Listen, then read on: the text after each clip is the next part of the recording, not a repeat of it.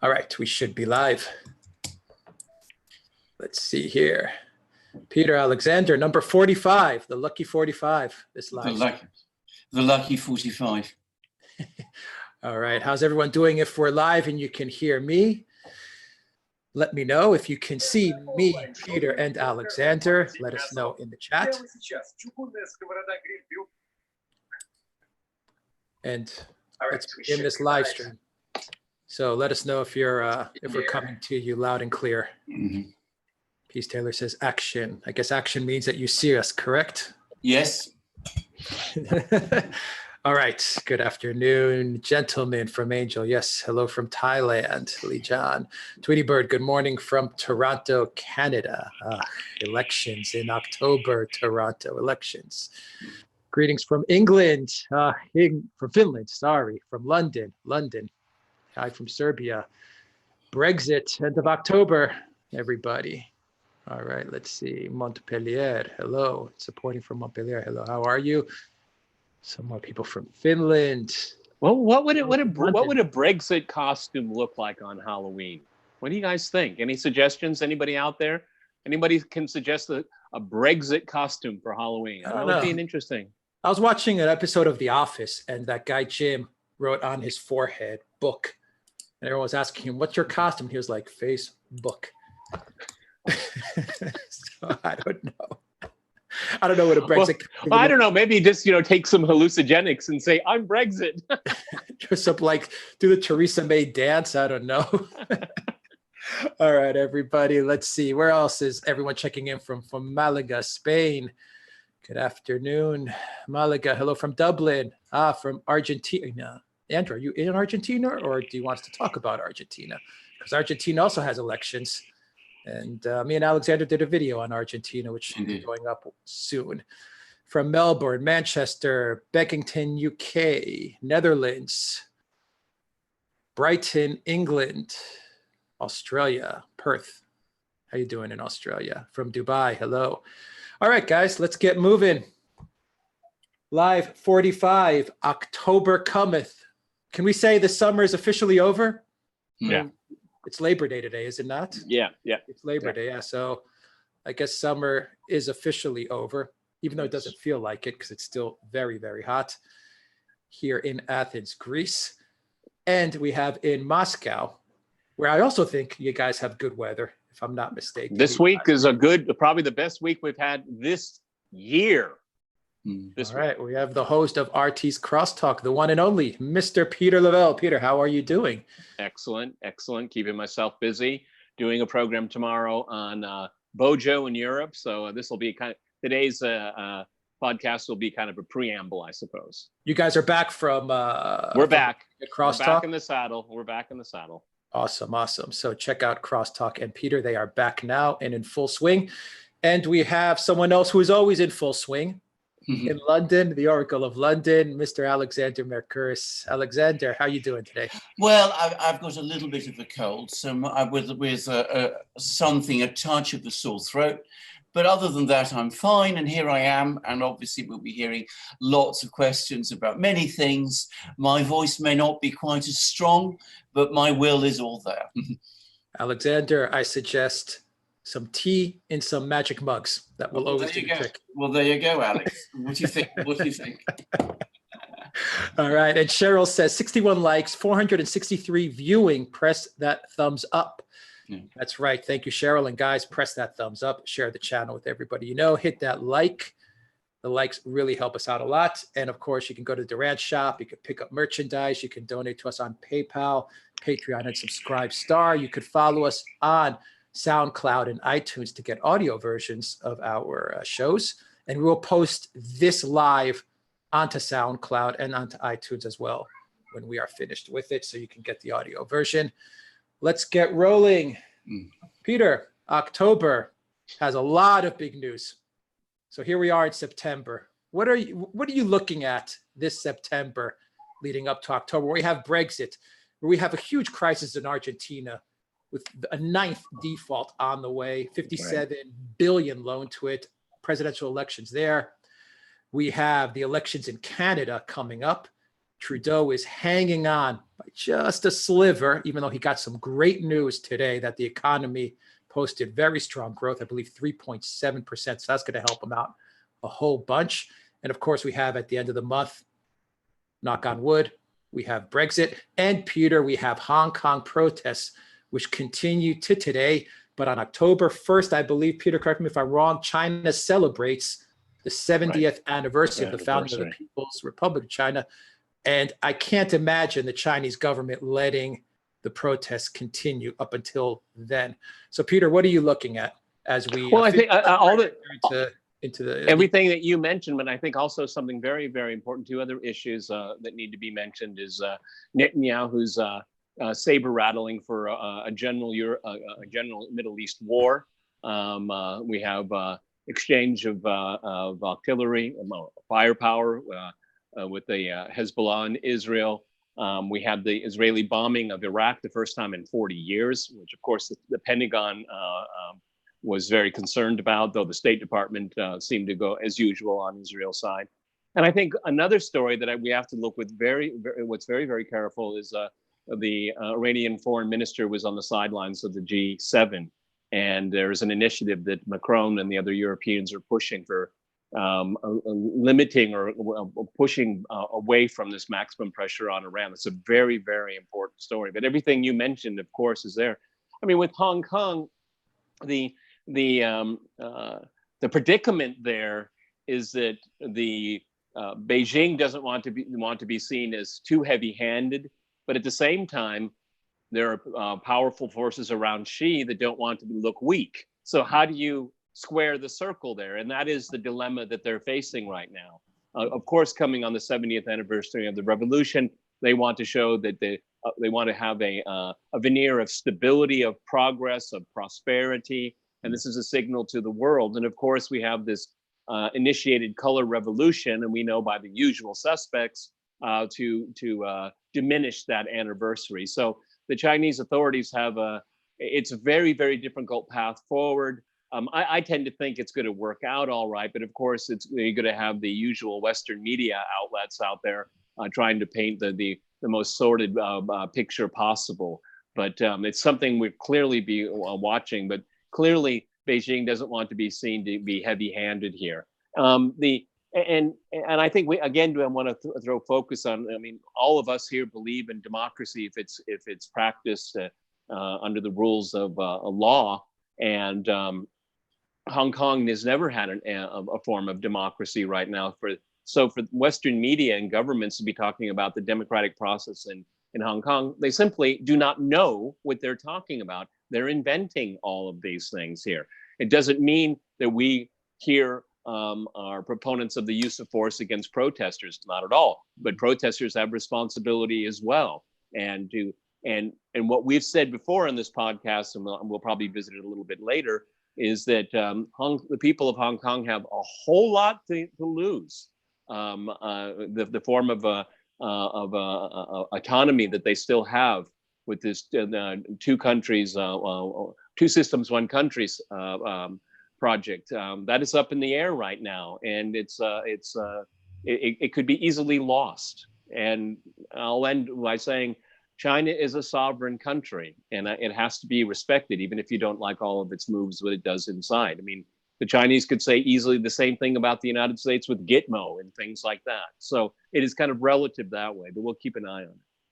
Alexander, going off what Peter said, do you want to continue on Hong Kong? Is there anything else that you're looking at? Obviously, Brexit in London is a key focus come October. Well, Brexit is, of course, going to be a subject which I am sure we're going to discuss at great length in our program today, because we've got lots of news. There's talk of an election coming, of a dissolution of Parliament. That is to say, a vote of the government actually going to the House of Commons, calling for Parliament to dissolve itself so that there can be a new election, and with huge argument about when that election should be. We will discuss all of that, no doubt, in the program. Now, as to Hong Kong, there are, of course, local issues in Hong Kong. There is also, I think, the general overarching issue of the great conflict that is now evolving between the United States and China. It's quite clear that this is now the most important shaping event in world politics that is going on at the moment. The United States decided over the course of the last couple of years that China was no longer its partner. It reconstrued China as an adversary. And I think it's important to stress it was the US that made that decision. And we see all sorts of countries now starting to find, however reluctantly, that they have to shape their policies along the lines of this, around this great new adversarial struggle that is taking place. And I think that provides the backdrop to some of the events in Hong Kong. I'm going to say one other thing quickly before we move on to the program, which is about Hong Kong itself. Firstly, there is a great difference always between peaceful protests intended to achieve Exactly. through constitutional or legal means. If you are going to go beyond peaceful protests and you start turning to violence, then authorities in any country, irrespective of whatever social system or political system exists, have a duty to maintain some form of order. And you will inevitably get some level of counter-violence. If you go a step even beyond that, and you are now talking about violent insurrection, and I'm now reading in places like The Guardian, people talking in Hong Kong about revolution, about, in effect, overthrowing the political system that exists in Hong Kong now. Well, in that kind of situation, a revolution is a form of war. Lenin, by the way, said that. He said revolution is the only legitimate form of war. That was his view. But if you are in a war situation, then again, you can't expect the other side to simply disarm itself and to walk away. Sometimes they do, but you are very unwise to expect that. And irrespective of what you think about the situation in Hong Kong, about what grievances people have in Hong Kong, they may have many legitimate grievances, about what you think about the Chinese government, it's quite clear to me now, it's even being acknowledged increasingly in places like The Guardian, that the momentum of violence is coming increasingly now from the protesters. In fact, it always has been coming from the protesters. And if they persist in this way, it is inevitably going to provoke a counter-reaction. Unless the Chinese government folds and retreats from Hong Kong, well, that's not going to happen. Not going to do. Not going to happen. I think this point needs to be explained, and anybody who cares about Hong Kong and is concerned about the people of Hong Kong needs to be very clear about that and needs to be very clear about communicating these facts. Now, that's what I'm going to say about Hong Kong at the moment. I'm sure we will return in greater detail in this program to that subject.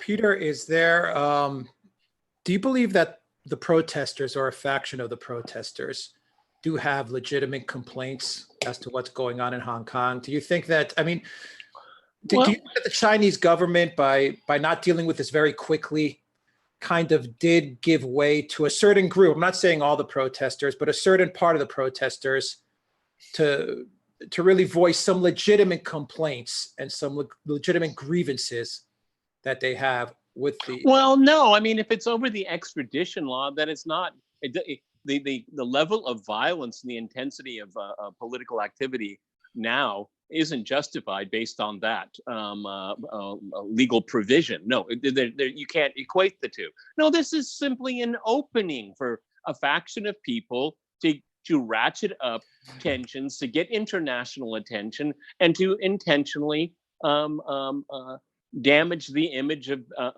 Beijing in the world. I mean, this is classic color revolution, false flag strategy.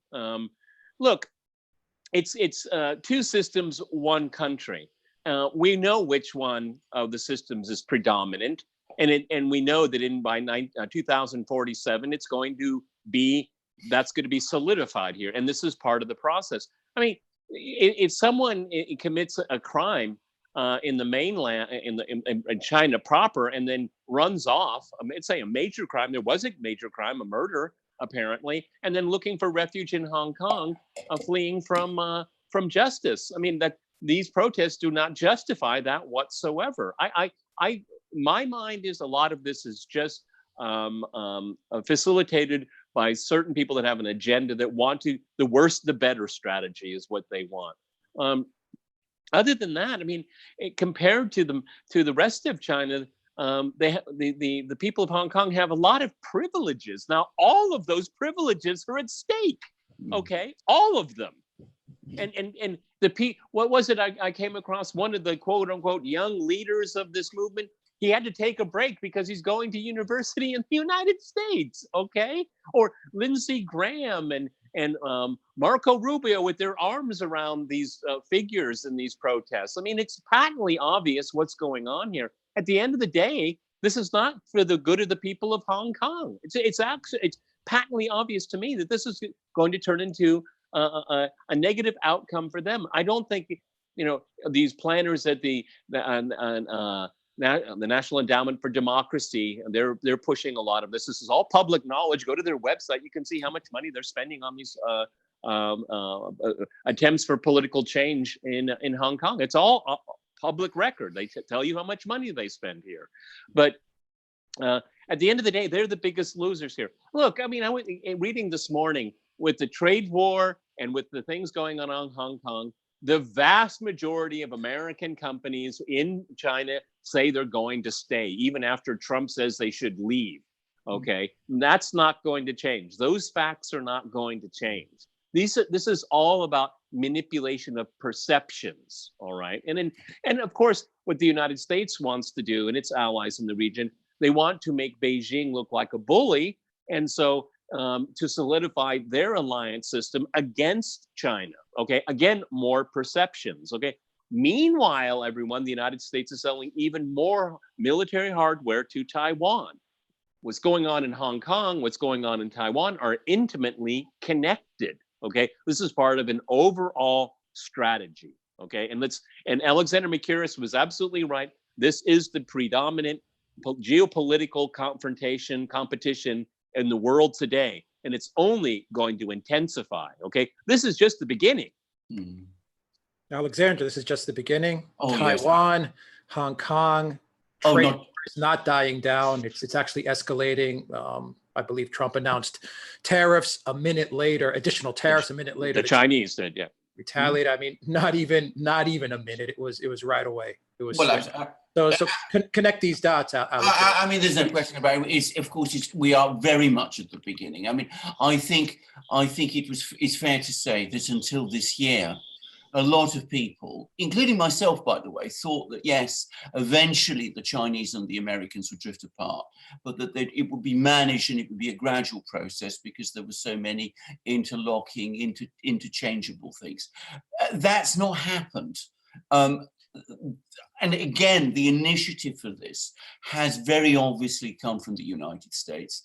There's clearly a lot of anger in the United States towards China. Some of it, is understandable, perhaps, even if not necessarily justified, that the Chinese have supposedly stolen an economic march on the United States and a dump product. Well, whose fault is that? Well, whose fault is that? Yeah, I mean, we can discuss all the analysis of this, but there is that feed. But I think also a lot of the anger in the United States is that suddenly, where the United States had become accustomed over the last 30 years, since the fall of the Berlin Wall, since the end of the Soviet Union, to think of itself as the sole hegemonic global superpower, leading, surfing the wave of the future.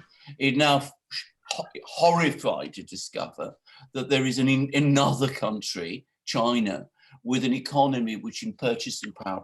A real adversary, exactly. A real one, not Venezuela, not Iran, exactly. A real adversary. With a bigger manufacturing base now. than the United States itself has, with technology which in some fields is at least as good and perhaps better, and which has a radically different ideology and political system.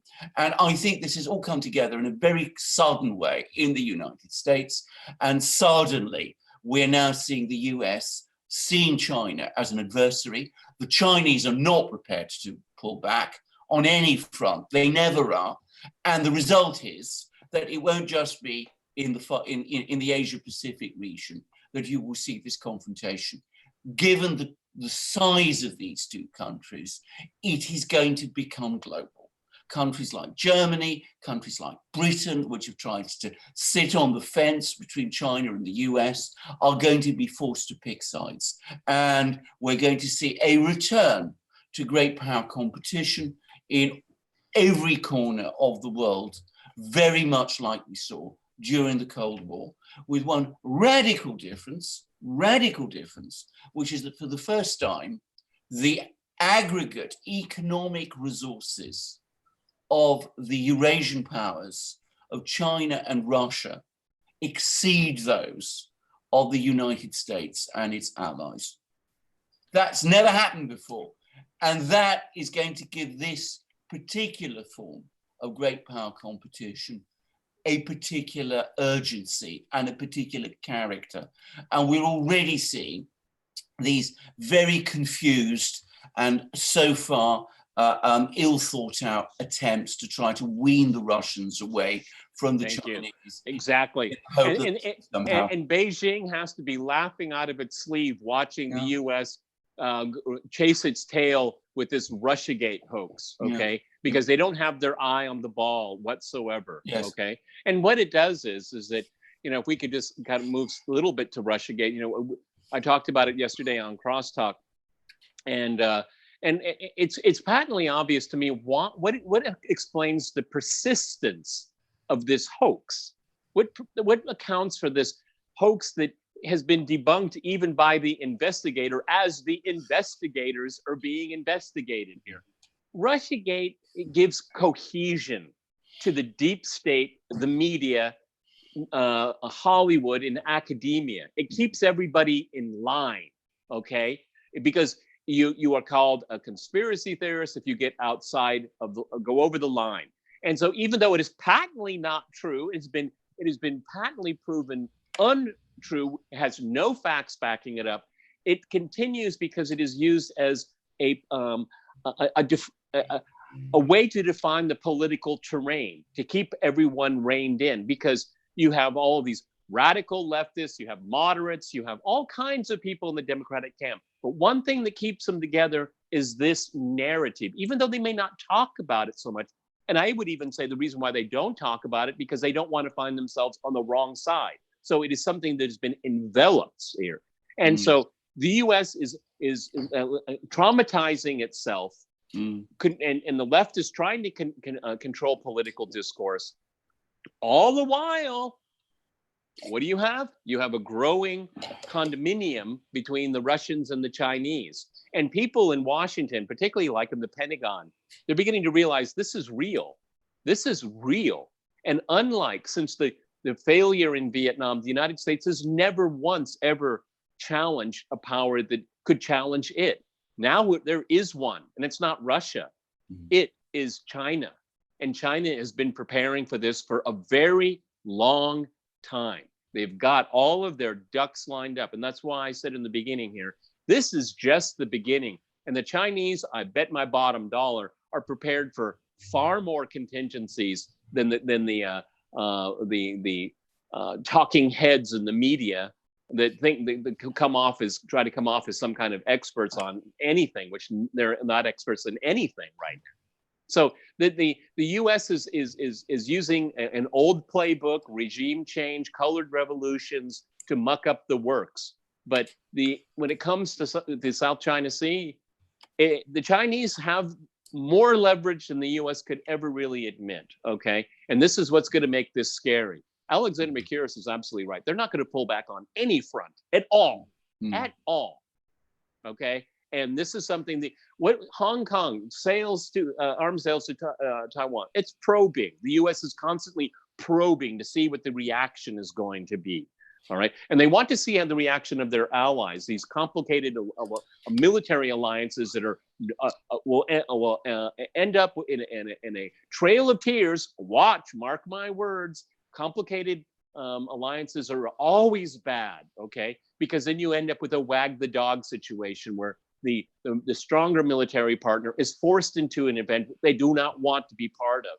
But if they do not commit themselves, then they undermine the entire alliance system, okay? That's why I've said for years, these alliances have to go because a mistake is made and everyone pays the cost.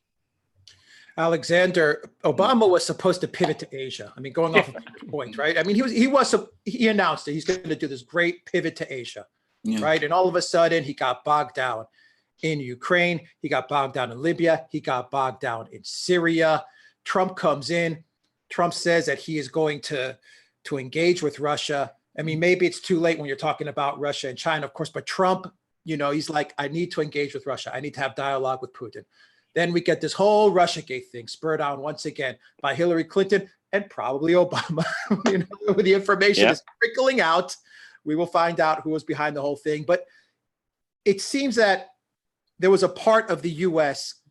government that did have an understanding as to what was going on. Once again, maybe it was too late, but they did have an understanding, but it always got sidetracked, and it always got sidetracked with this Russia boogeyman kind of narrative. Yes. And it got sidetracked in color revolutions in Ukraine, in proxy wars in Libya and Syria. What's going on, Alexander? Why can't the U.S. get on track when it comes to foreign policy when dealing with China? And why can't it engage with Russia once and for all? Indeed, sir. I mean, actually, you make some very good points because, of course, the actual shift, the first signals of the shift in US policy of treating China as the adversary rather than Russia did come under the Obama administration. I mean, that was what the pivot to Asia was all about. And of course, simultaneously with Obama doing that, he talked about a reset with the Russians, not so radically different in many ways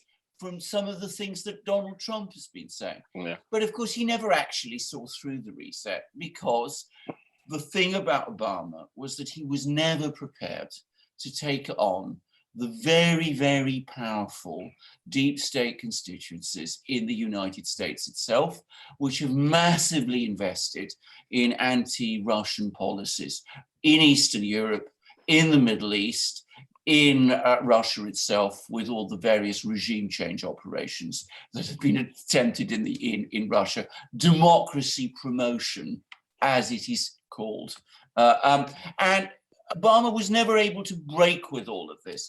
Well, what you see with Trump is that he's been far more focused in trying to see these policies through, this policy through, of a pivot against China, a reconciliation with Russia. But I mean, he's come up against huge resistance within the United States to doing all of this, because frankly, and I'm going to say this, I mean, I never completely understand why, but the fact has to be faced. There are many, many people in Britain, in the United States, and in Washington, and in the NGO community, who have a visceral dislike of Russia. I'm never completely sure why. I mean, what it is exactly that Russia has done to these people that makes them feel that way, but they have Russia on the brain. I mean, you only have to watch Hollywood movies to see this, and it's very strange. Alex, let me just tell you a quick story from a couple of days ago. I was taking the underground metro system home, and in the same train car, there were two young men wearing dark trousers, white shirts, and wearing ties with very short haircuts. And of course, I'm sitting there thinking, Mormons, okay, Mormons. And so we got off at the same station, and I was checking something on my phone, and I heard them talking as they passed me, and they mentioned Trump's name. And so I just turned to them. I said, "Did you vote for Trump?" And they were really surprised that I was speaking English.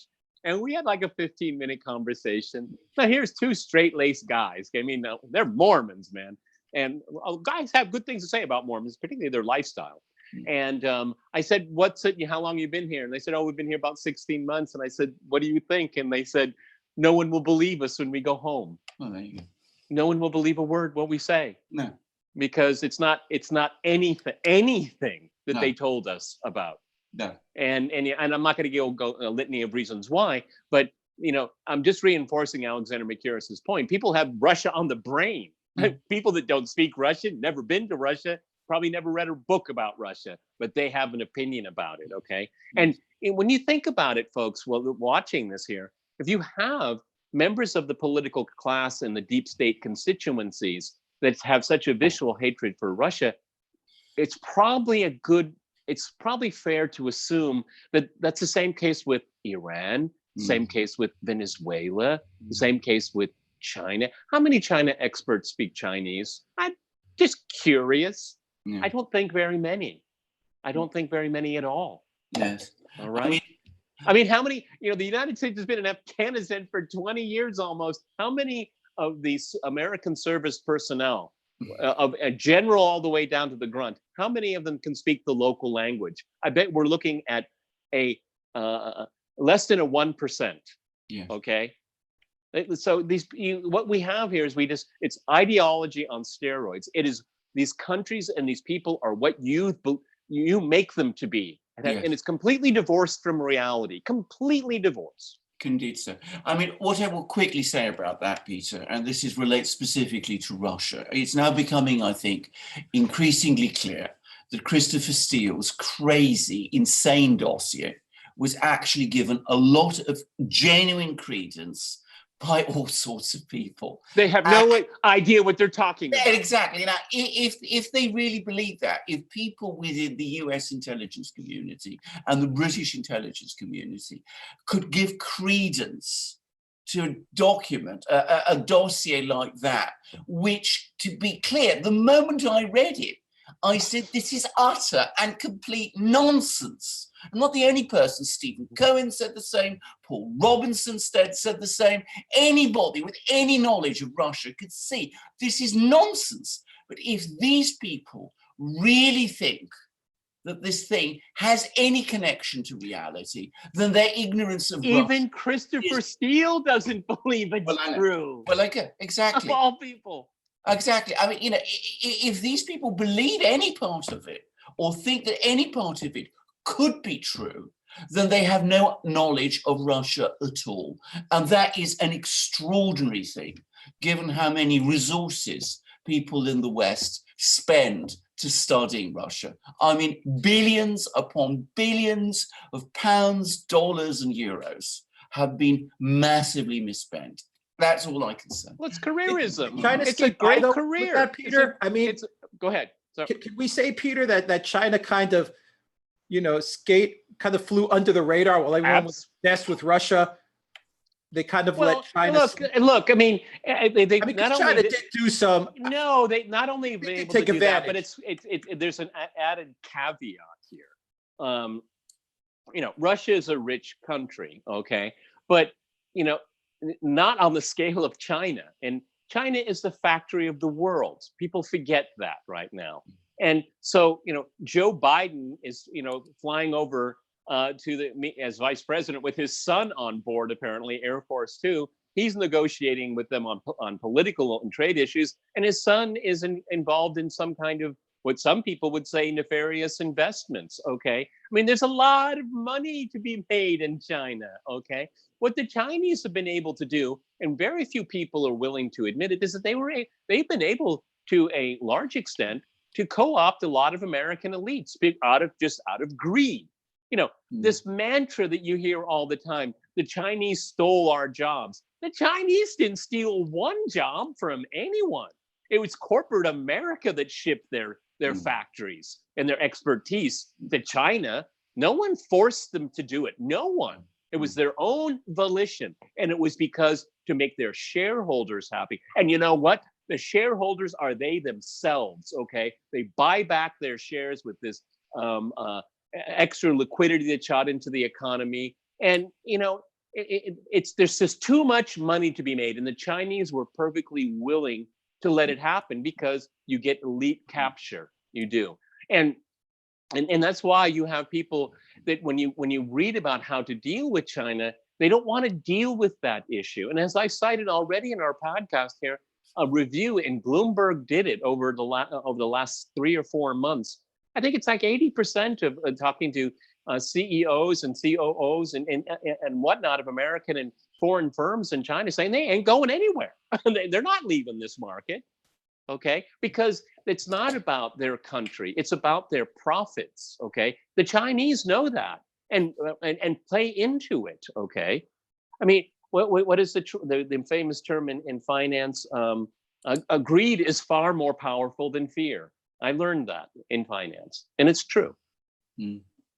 Alexander, the UK most likely will be leaving in the end of December. Boris Johnson was the foreign minister at one point. Should the UK go through with the Brexit, and everything just goes through, where do you see Boris Johnson taking the UK foreign policy wise? I mean, Trump's floated out trade deals, the special relationship, all that stuff. And Trump likes Boris, and it seems that Boris likes Trump. But during the G7, we did see Boris Johnson side a lot against the United States and with Macron and Merkel, not on all the issues, but a lot of the issues. So how do you see a Boris Johnson foreign policy looking? Should Brexit go through, and should Boris Johnson manage to keep his seat, his position? Well, this is, of course, lots of conditions there, because, as I said, we don't know whether he will be able to survive as prime minister for very long, and we don't know whether Brexit will happen.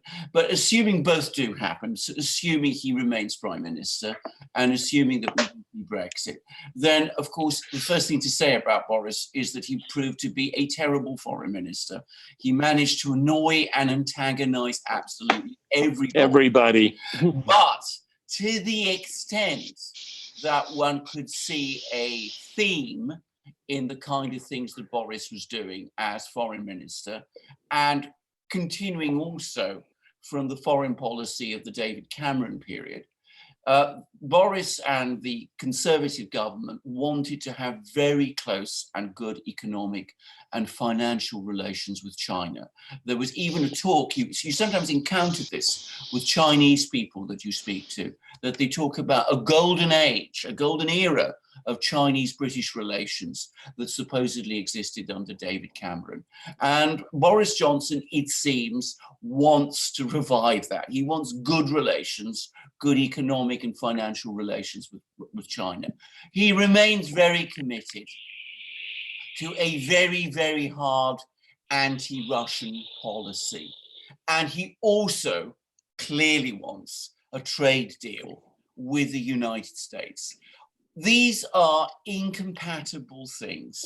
You can't be China's friend and Russia's enemy. And throw in Iran also, okay? Also. In this kind of world that we're talking about. The US won't accept that. The Chinese won't accept that. The British are going to have to find a way.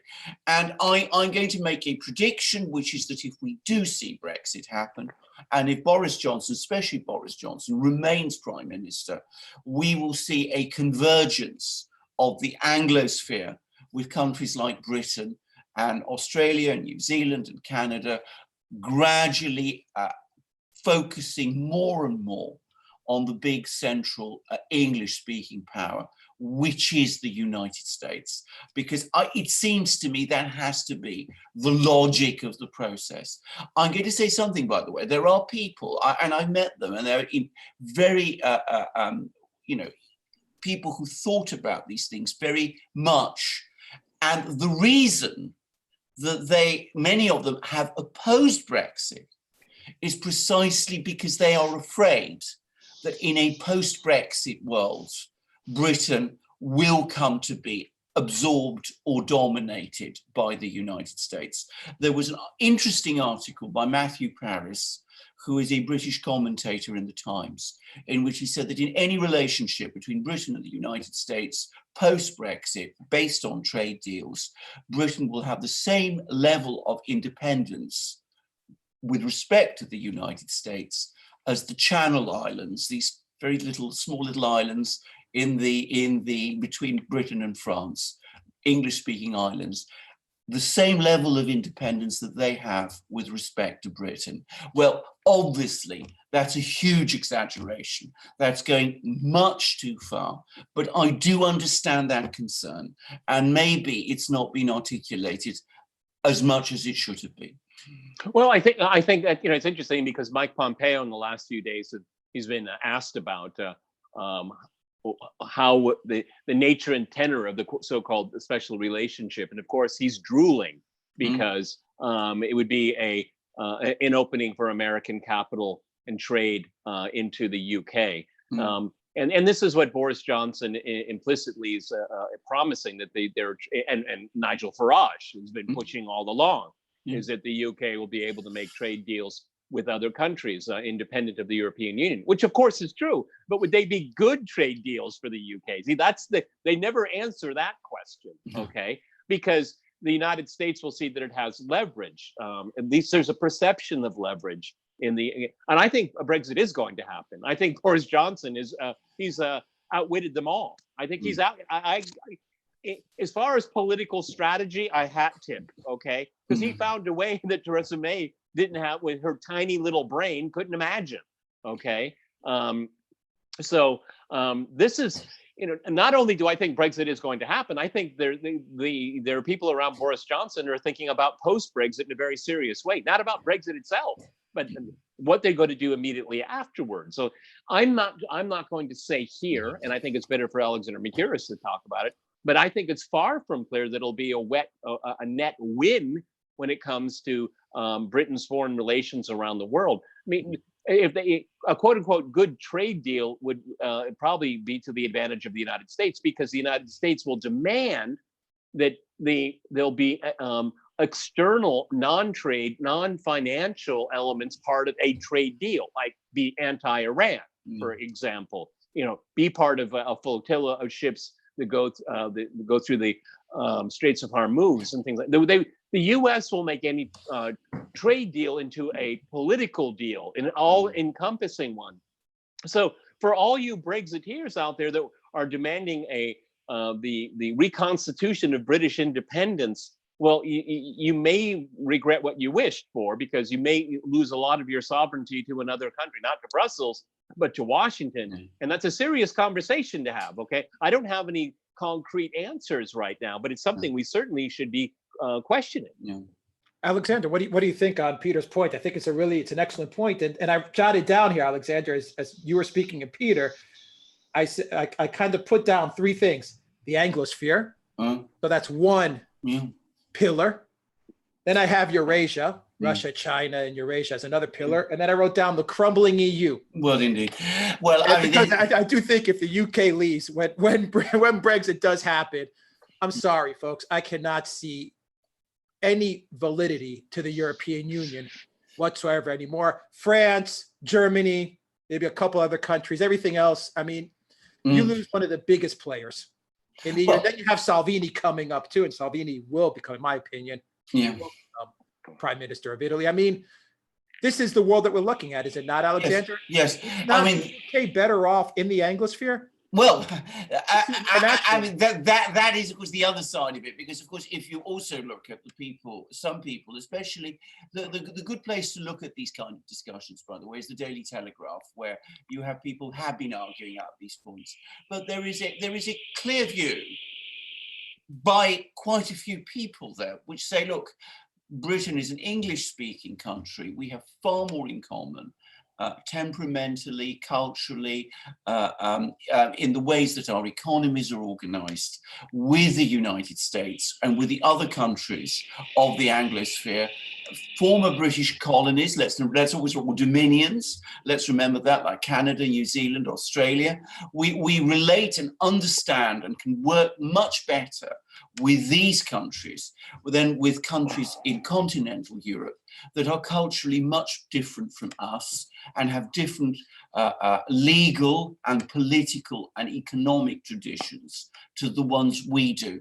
Yeah, but Alexander, can I kind of twist it, you know, on the other side here? I mean, okay, fine. I mean, the UK and working more closely with the English-speaking world as former colonies and dominions. But how does the average educated Briton feel about having the situation reversed, where you're the colony and then you have the mother country? I mean, Well, I know it's very simplistic, but I mean that's essentially what would happen. And does the average Briton want to support American foreign policy around the world? I think a lot of public opinion polls say that's not the case. Okay, I think it's very convoluted. Okay. Well, can I just say, Peter? I mean, this is the problem, because of course this debate hasn't really happened, because the entire debate up to now has been about Britain's relationship with Europe, not Britain's possible future relationship with the United States. If I'm going to be straightforward about this, I think the Brexiters have not actually formulated very clear views about what they're going to do post-Brexit. And the reason for that is, that we spent 3 years arguing about a decision which was supposedly made, rather than about the implications of that decision and what we should do and how we should prepare for it. I mean, we had the referendum in 2016, which said that we should leave the European Union. We haven't yet left the European Union. Instead of leaving the European Union, we are still arguing about leaving the European Union, and that hasn't allowed any space for anything else. Now, if we do leave the European Union, all these discussions will come to the fore. And yes, there are profound similarities between Britain and the United States. Having been to the United States, I can also say that there are profound differences. The psychology is not the same. Britain is still a much more liberal society than the United States is. And British attitudes towards foreign policy can be profoundly different, especially British popular attitudes. So I can imagine huge pushback within Britain against all of this.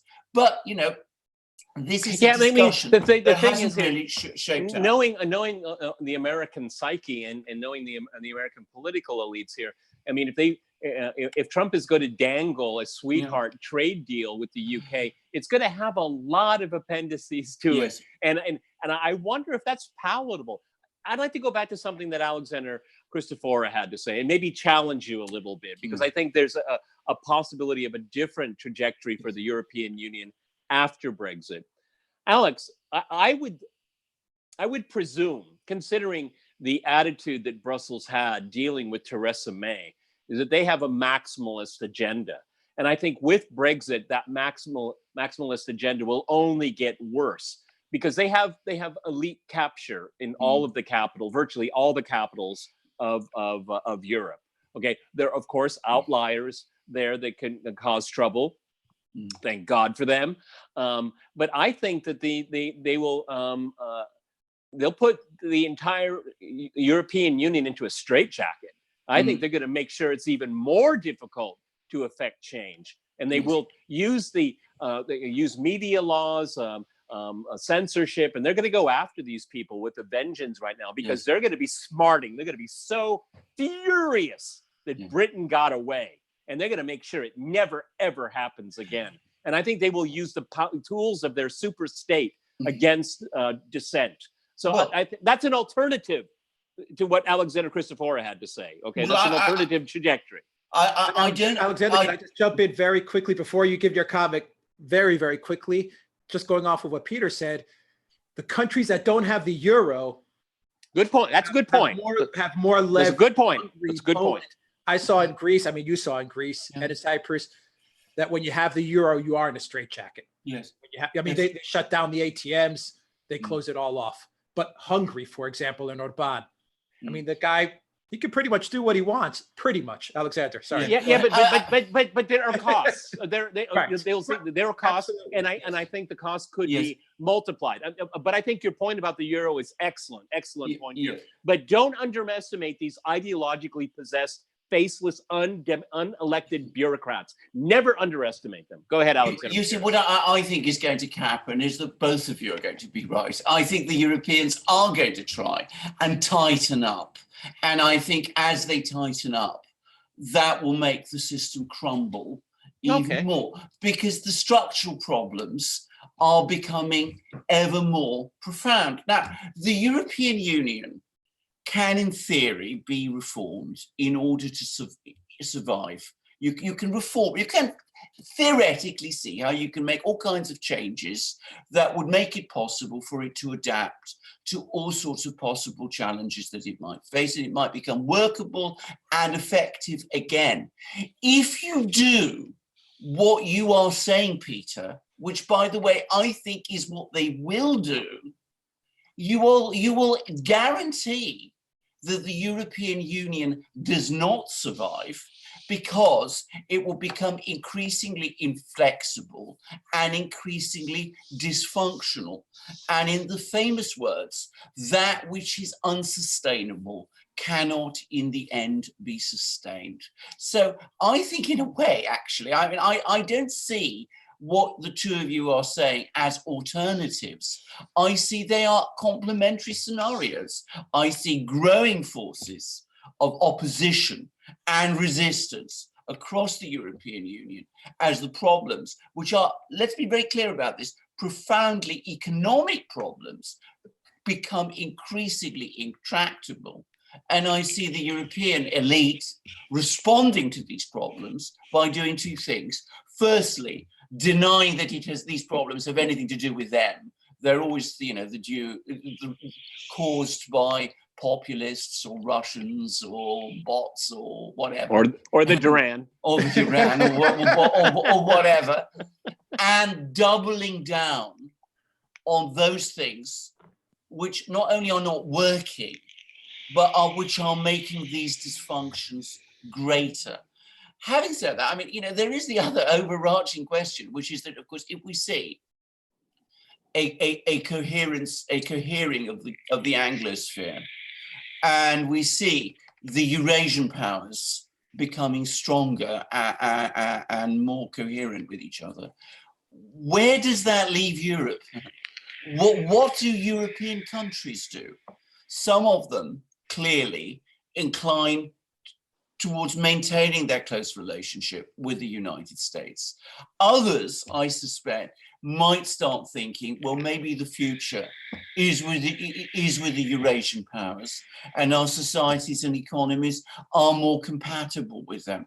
I would not be surprised if, as these processes work through, we don't just see the European Union begin to crumble, but the various parts of Europe start going in different directions. Is Germany one of those countries, Alexander?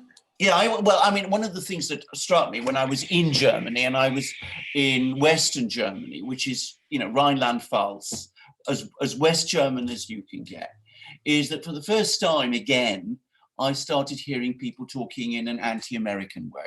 And the kind of people I heard talking in an anti-American way, perhaps I should be more specific, I'd say an anti-Trump way, but it's anti-Trumpism that seems to shade increasingly into anti-Americanism. These were not the usual suspects. These were people like a finance manager at a bank, for example. So Germany has very long-standing traditions with Russia. Germany was not thought of as a Western country until the 1940s. Yep. So it functions, it exists within a kind of Central Europe, Mitteleuropa, as it used to be called.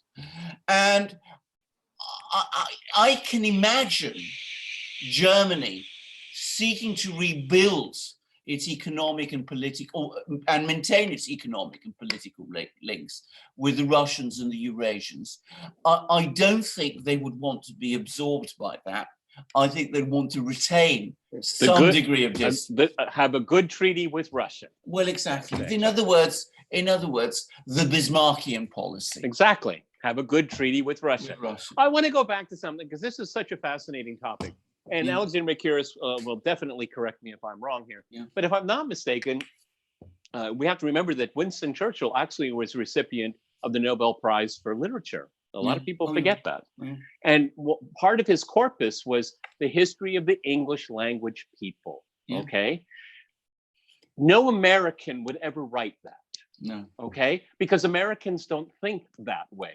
Do you think that any politician in the swamp called Washington, D.C. is going to be worried about the English speaking people of New Zealand? No. I don't think so. No. Okay. And to be really honest, you know, the American political elite, maybe they like to rub shoulders with their cousins across the pond in Britain, but they don't think of them as anything particularly of importance. They kind of humor us. Okay.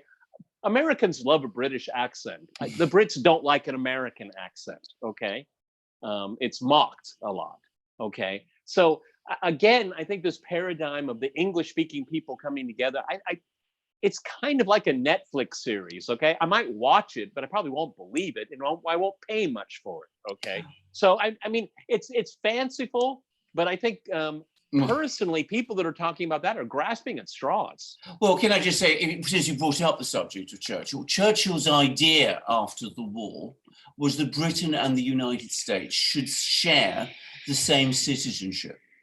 Though they would remain politically independent, they would have a single citizenship. The Americans said a categorical no to that idea. They completely rejected it. And in fact, Churchill, it's not very widely known, and especially it's not very widely known in the United States. Towards the end of his life, he became increasingly critical of the US policy and increasingly bitter about the way in which he felt Britain had lost out as a result of its relationship with the United States. This despite the fact that, of course, Churchill's mother was American, and he always had this very close connection with the United States. Having said that, I mean, you know, that was in the 40s and 50s. What the world would be like today, I simply don't know. In the 1940s, the United States was clearly the great rising power. In the 2020s, it's, you know, which we're coming towards, I suspect it's going to be the power that is still a mighty power, but which is starting to slip, and that may change its perspective of the world.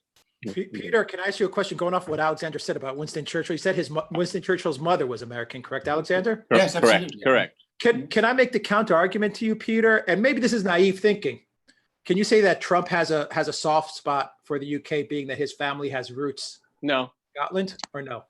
I think maybe culturally, but not politically, not financially. No. I mean, that's one of the things to our non-Americans watching this here. I mean, I remember when I was growing up, there was this, what's your lineage, you know, and they had these hoax companies come up and try to find your family background. It was a real rage. It was a real fad, I remember. But there's not that affinity people have that they would stand up for these people because we feel culturally attached to them. That's not the American way of doing it. It's the other way around, actually. I'm of Irish descent, okay, but most Irish people are not going to be agitating in Congress for a good policy towards Ireland. Okay, they get more in the immigration lottery. Okay, that's maybe a bone they throw. But I don't see that that's how the thinking works. Not at all. I mean, it's not based on culture. If it was based on something like culture, then why is the United States allowing Christians all through the Middle East to be killed? Okay. I mean, it doesn't have that same kind of traction.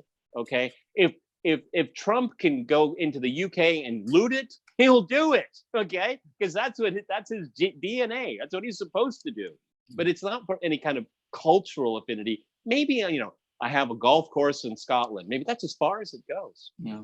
My own impression of Donald Trump is that he is somebody who is intensely patriotic about the United States and identifies very strongly with the American people. Now, I understand that there are a lot of people in the United States who have issues with Donald Trump, but about his actual patriotism, however he understands that, towards the United States, I have no doubt, and I think it is a central element in attracting many Americans to him. I don't think that extends at all to other countries. I don't think he has any sentimental feelings towards Britain or Germany or anywhere else. Like the businessman he is, and like the great deal maker he imagines himself to be, he will cut with the British whatever deal he thinks is in the best interests of the United States.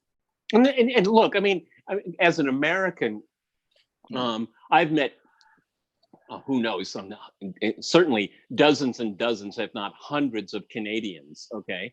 And I feel a real cultural affinity with Canadians. I'm always very careful to say, as North Americans, so I don't step on their toes, okay? But the U.S. government doesn't look at, give any kind of preferential treatment to Canada, okay? I mean, if the Americans are having to pay a huge amount of money for Canadian milk, destroying the American milk industry, I mean, so what? I mean, throw out the cultural affinity, throw out the language. They're not going to care, because at the end of the day, it's just, this merciless attempt to gain capital and profit. Okay, it has nothing to do with your origins. Yes. I mean, maybe that's kind of sad, but it's true. Yes.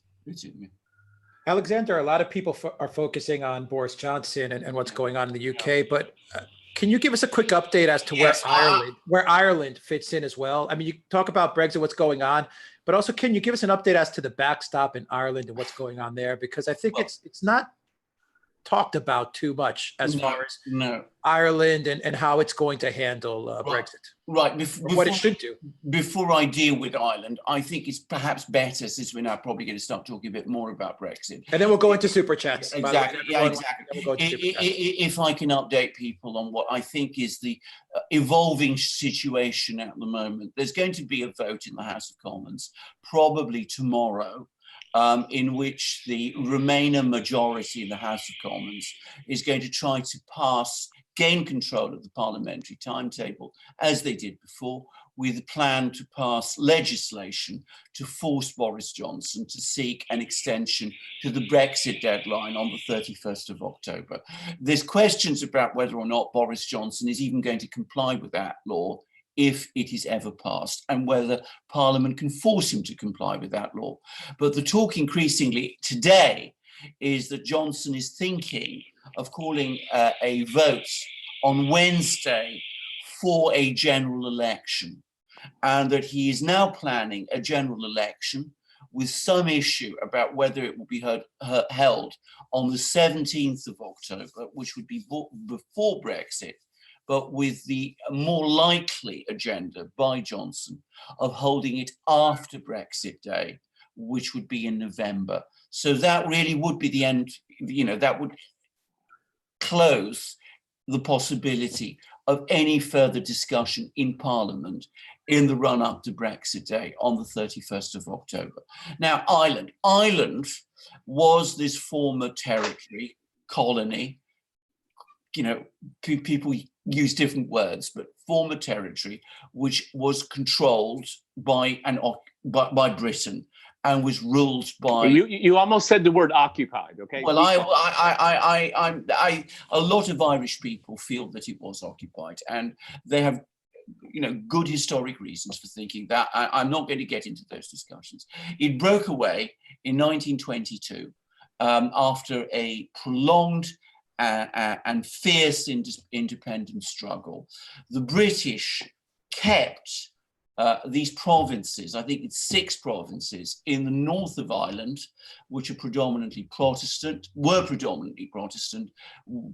Protestant people were loyal to Britain, and where the British also had very, very important big industrial interests.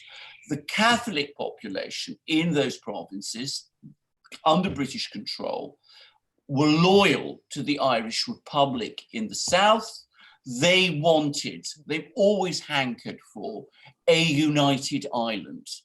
And because their loyalty was mistrusted, they were the subject of very intense discrimination over many decades by the predominantly Protestant government in the north of Ireland, in these 6 provinces, backed by Westminster.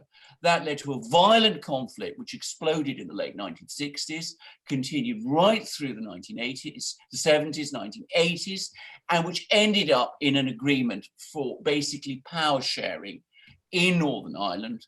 And I've actually seen it in operation. So Derry, which is a town in Northern Ireland, which I have visited, has a Catholic pro-Irish, pro-United Ireland mayor and a Protestant British loyalist deputy mayor. And they work surprisingly well together. Now, as part of that agreement, there was this concept of a invisible border, so that people would be able to go backwards and forwards across the border. And I've done that, and it is completely invisible. You don't see any customs posts or anything like that. Now, after Brexit happened, the European Union said, if Britain leaves the European Union and Britain leaves the customs union, we cannot have an open border between the Southern Ireland and this residual Protestant British part of Ireland, because that would allow goods to move from Britain into Ireland and through Ireland circulate freely across the European Customs Union. So what they have said, what Theresa May's agreement says, is that in order to preserve this open border between the 2 parts of Ireland, Britain, in effect, must remain part of the customs union until the European Union decides that it is free to leave after whatever trade arrangements have been made. Now, it's important to stress this because you've heard lots of talk about a hard border. The people who have threatened a hard border between the 2 parts of Ireland are not the British, it is the European Union. Yep. In order to protect, as they say, the integrity of the European Customs Union and single market. Now, what the Irish went along with this as loyal members of the European Union. Now, what they are facing is, if there is a hard Brexit on the 31st of October, at European Union insistence, that hard border will come into effect. And it is widely expected that this would be very, very disastrous for the Irish economy. I've heard people talk about a 5% contraction, because the Irish economy still remains so heavily integrated with the British. And of course, there's also concern about what the reimposition of that hard border would do to the peace agreements in the north. My own view is that if there is a hard Brexit or a no-deal Brexit on the 31st of October, the British and the European Union will come to some kind of arrangement to keep a soft border in place in Ireland very quickly. I very, very much doubt that even the European Union would allow Ireland, the Irish Republic, a loyal member of the European Union, to see its economy be completely destroyed simply in order to spite Britain. The purpose of the backstop was not, in my opinion, to keep to preserve the integrity of the single market and of the customs union, to protect it from being flooded by goods coming from Britain. The purpose was always to keep Britain locked in the customs union. It was political, it wasn't trade. It was political, it wasn't trade. If if a no-deal Brexit happens on the 31st of October, that political objective will have failed. And I think in that situation, the Europeans and of course the Irish will quickly come round and will agree in their own interests to proper trading arrangements, which will allow that open border to remain in place. That's my view. I hope I've explained it clearly. And we have to point out to our viewers here is that in the Irish Republic, the South, the European Union is quite popular with people, okay? And they see membership in the EU as from people that I have talked to personally as a net positive. So, but even the very thought of a hard border is abhorrent to everyone. Yes, it's simply unthinkable, and that's why Brussels used it as a cudgel, a political weapon. Okay, the European Union during all of this Brexit thing has been nasty group of folks. Okay, they made it as hard as possible, and they will rue the day for doing it. Well, can I also say something actually, which is that of course this is where you have to bring up the subject of Theresa May, because Theresa May should never have fallen into the trap of ever agreeing to that backstop. I mean, the moment she did that, she forfeited any right to conduct the negotiations between Britain and the EU. I mean, it took a very long time to be prized out, but I mean, she should never have agreed to that. It was bad for Britain, it's bad for Ireland, and it has created this crisis that we have in Britain now. And it's bad for the EU because the people of the EU know just how nasty Brussels can be when it takes a maximalist position and will not negotiate. That's why I think Alexander Mercouris is right. I think that the combination of what Christopher and I had to say about the future of Europe, I think you're absolutely right. I think both our scenarios are closely intertwined. It's good. The best point of this podcast so far. And the people in Greece and in Cyprus know how nasty. I'm sorry, but there you go. Thank you, sir. We felt it in our pocketbooks, in our Thank you, sir. Indeed, and in Italy too, and in Spain, and Portugal, and in Portugal and Ireland, and even, dare I say, you hear the first murmurings now in Germany, which is something very, very new. Very strange. We'll talk about the German parliamentary elections in Saxony as well, and Brandenburg, I believe, is those elections as well. We'll get to that. From British Reactor 2, 70% of Irish exports go to the UK. From Mars Pluto 5, hey, Alex, is Scotland going to vote to leave the UK? Well, I think it's possible. I should say one thing that has been happening, and it's been very obvious since the 1980s, is that there's been a clear trend for England and Scotland to go in different directions. I mean, England, and I've said this many times, but it needs to be said again. In the 2016 referendum, England outside London voted solidly to leave the EU. Scotland voted solidly to remain in the EU on this huge issue, which is causing so much conflict in Britain. The two parts, the two kingdoms, voted in different ways. And of course, Scotland has a Scottish nationalist government. And a couple of years ago, there was a referendum in Scotland, which the unionist side won by a clear, but by no means overwhelming margin. So I am perfectly willing to believe that Scotland and England will split and that we will see the end of the United Kingdom. Now, I will regret that. I should say that. I am somebody who would be very... the end of the United Kingdom. Yeah, the end of the United Kingdom. I would be very sorry to see that happen. Now, we would have England and we would have Scotland. And that would solve the Irish problem. I perhaps ought to say, I mean, my own personal view, having been to Ireland, and having met people of both Irish communities, is that a united Ireland is probably now only a matter of time. It's inevitable, yes. I mean, this is my own personal view. Inevitable. But with England and Scotland, which have been, generally as successful, and even at times, a happy union. I mean, the English and the Scots like to sort of bicker. Yeah, poke at each other. Poke each other, but basically they've always got on pretty well.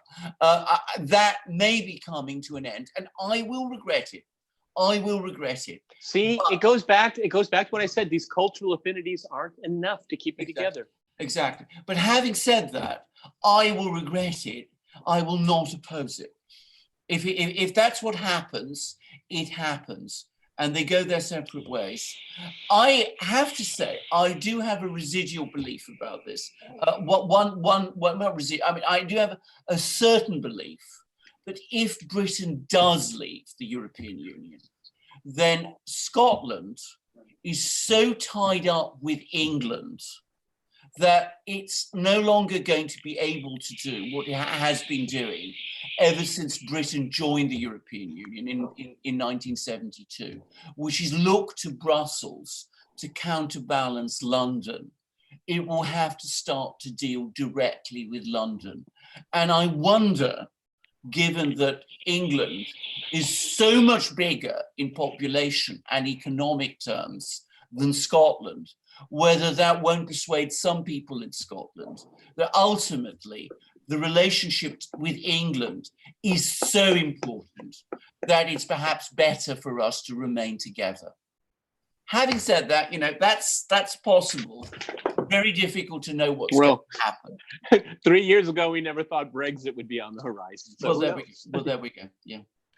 Peter, before we get to the super chats and we start reading the super chats, guys, we were talking about the European Union and corporate capture, and we have Christine Lagarde, who's going to be taking over the ECB very soon. Christine Lagarde lent 57 billion of the IMF money to Argentina. Argentina has an election coming up real soon.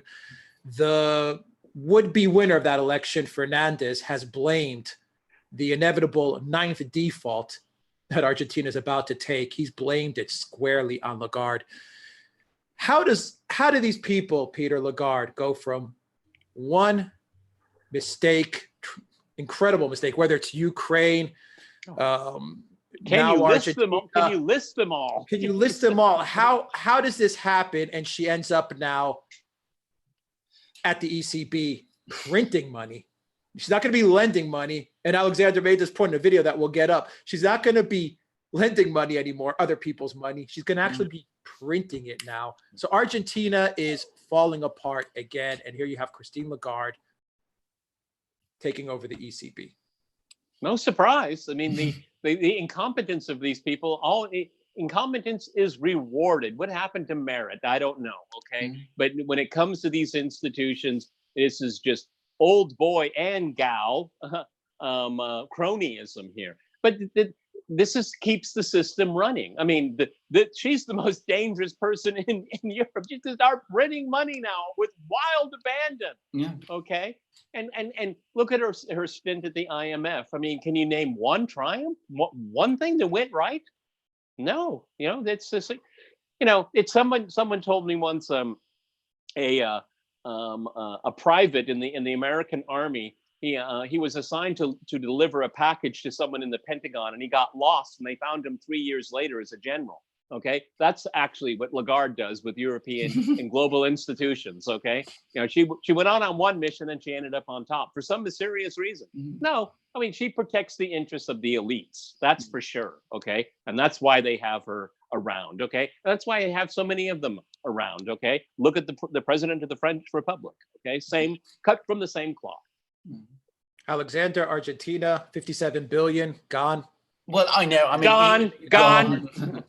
Well, I mean, 57 billion, 25 billion to Ukraine, gone.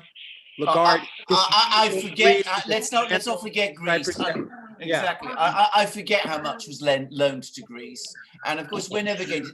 The IMF is never going to get that money back. I mean, it's their money, but they'll never see it. And it's terrible. And as you correctly say, what does somebody have to do to fail? I mean, the more she fails, the more Lagarde fails, the more she succeeds. And she's going to take the same formula to the ECB.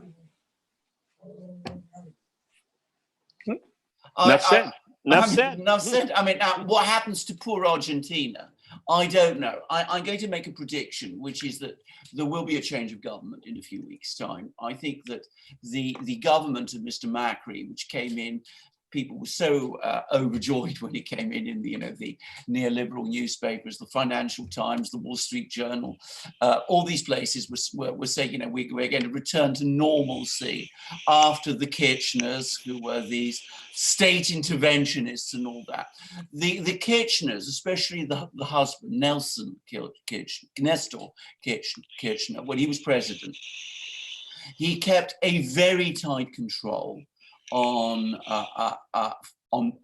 funding, and whatever one thinks of the Kirchners, they did deliver economic growth and a rise in living standards. They did that by pursuing unorthodox economic policies and by not integrating Argentina into world financial markets. They remind me, by the way, of the policies that someone else has followed very closely, Viktor Orban in Hungary, who also took over a completely shattered economic inheritance and put Hungary together by also following very, very interventionist policies. Anyway, Merkel comes along, he lifts exchange controls, he settles with all Argentina's creditors, he borrows $100 billion. He takes out this massive loan with the IMF, the peso collapses, inflation takes off. It's obviously failed. And I think we will probably see the pendulum swing back towards a policy more like the one that was followed under the Kirchners, was of course Christine Kirchner, the vice president. And I suspect that we will see some kind of a stabilization in a few months. But, that's what I hope. It's more based on hope than actual knowledge, because I'm not going to pretend I have the granular knowledge of Argentina that I do of some other places. And we could see, interesting in looking at the historical framework of all of this, and we've seen this dramatic, we saw in the 60s and 70s, when the military dictatorships came to an end, we saw a shift to the left and we saw a shift to the right, and maybe we're going to see another shift going back to the left, okay? Yes. Because the US is overwhelmingly happy with what's going on south of the border. They have a lot of toadies down there, okay? Yes. And I'd like to make a separate video about this, because I want to be able to clear the air here. A lot of these policies are very socialist. I don't deny that. But one of the things I think is very important for political stability is to create a middle class where people buy in and want to protect the community and society, country that they create with their own hands and their own labor, given an opportunity. Now, at one point it goes over the top, where there's my gripe against socialism is that it gives too much control to the state, and it limits the number of choices individuals can make. Okay, and so we have to find the right mix, because comparing countries is very, very different, because you have different mentalities. In many cases in the West, you had a middle class before the state was created, and in the Western Hemisphere, south of the border, you have very strong. You have weak states and weak societies. And once you have a strong society that is economically viable and buys into the system, that's where real politics happens. And that's why Central and South America has had such a difficult time, because they've never found the right mix. And on top of it, the frosting on the cake, the bow on top of the box, is corruption. There's so many people that use the state to enrich themselves, and they do it on an unbelievable scale. And one of the things that's happened is what keeps these damaged political systems moving is that they live off of remittances from illegal immigrants that go to the United States and other places. Okay, if you look at a country like Honduras, it has no health care, zero, none. Why? Because the people that still are there rely upon their relatives in the United States to send them money, and when they get the remittances, they can pay for whatever they want. I mean, this is really a devious thing that has happened, and that's why the United States has to take control of its borders. It will force positive political change south of the border instead of allowing this moral hazard to continue. I mean, these things are all intertwined. Alexander, we have Canadian elections on October 21st. Q2, 3.7% growth in Canada. For all intents and purposes, smashed expectations. It's a big boost for Trudeau. What do you make of it? Well, I mean, you kind of predicted in a video we did, kind of. I mean, yes. You said your bets low. You said that most likely, Trudeau will squeak by. He'll skate through. Yes, but now this is really, really good news for him. Well, it is. I'm saying that as not a Trudeau fan.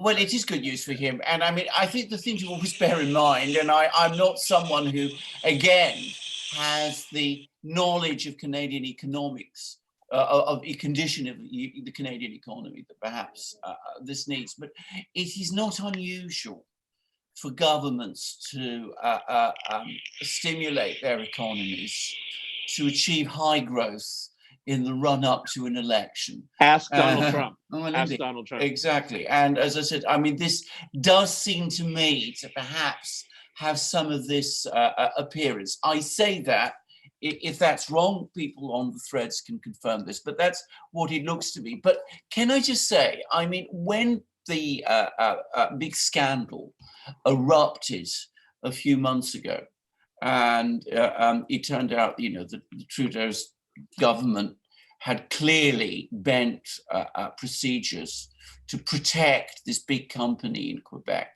That was the moment for the Canadian opposition to land the blow. And they didn't. They missed. They missed their blow. And that's why I think Trudeau is still there. And that's why he's able to capitalize on what looks like a strong growth in the Canadian economy. The one thing I will say is that I got the last Canadian election wrong. I thought that the incumbent prime minister at that time, who was Conservative, was going to win, and Trudeau was going to lose. And that assumption was widespread. That was what most people expected. When Trudeau won, it came as something of a surprise, at least in Europe. And who knows, maybe we have a surprise ahead in Canada too. It's always difficult from this distance that I am in London to read events in Canada very closely. If you ask me about things that are happening in Britain, which I know very well, obviously, there I can talk with greater authority about what's going to happen in an election. Canada is more difficult for me. Yeah, they have debates coming up for the elections, and Maxime Bernier has not been allowed into those debates, very much like Tulsi Gabbard has been X'd out of the debates for the Democrats as well. So, Peter, we see both the U.S. and Canada making sure that certain voices are not heard on that debate page. Absolutely. And I think we're going to see this, again, going with my scenario, my trajectory for the European Union, is that we see this all across the West of silencing voices of dissent, the people that actually want to have a real conversation, okay? Like we're having here right now, all right? And that's why I like doing crosstalk so much. And that's the biggest compliment I ever get from a viewer, is saying, you're saying things that a lot of people are saying that we never hear in the mainstream media. And that's what, and it's because these elites are terrified. They're terrified. They've done so well off of this scam, of this fake democracy, okay? And I really, you know, I get sick and tired of hearing about the talking points from the left and the right, okay? I'm not on the right. I'm a conservative.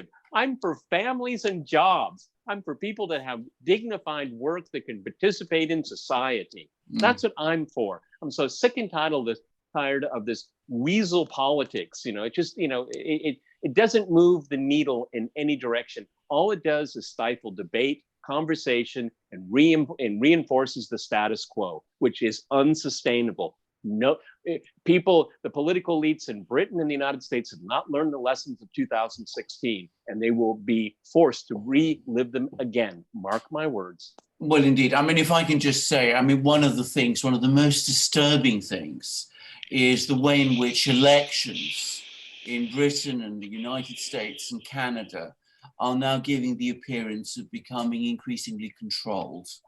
Now, that was not the case to this extent, say 30, 40 years ago, at least not in Britain.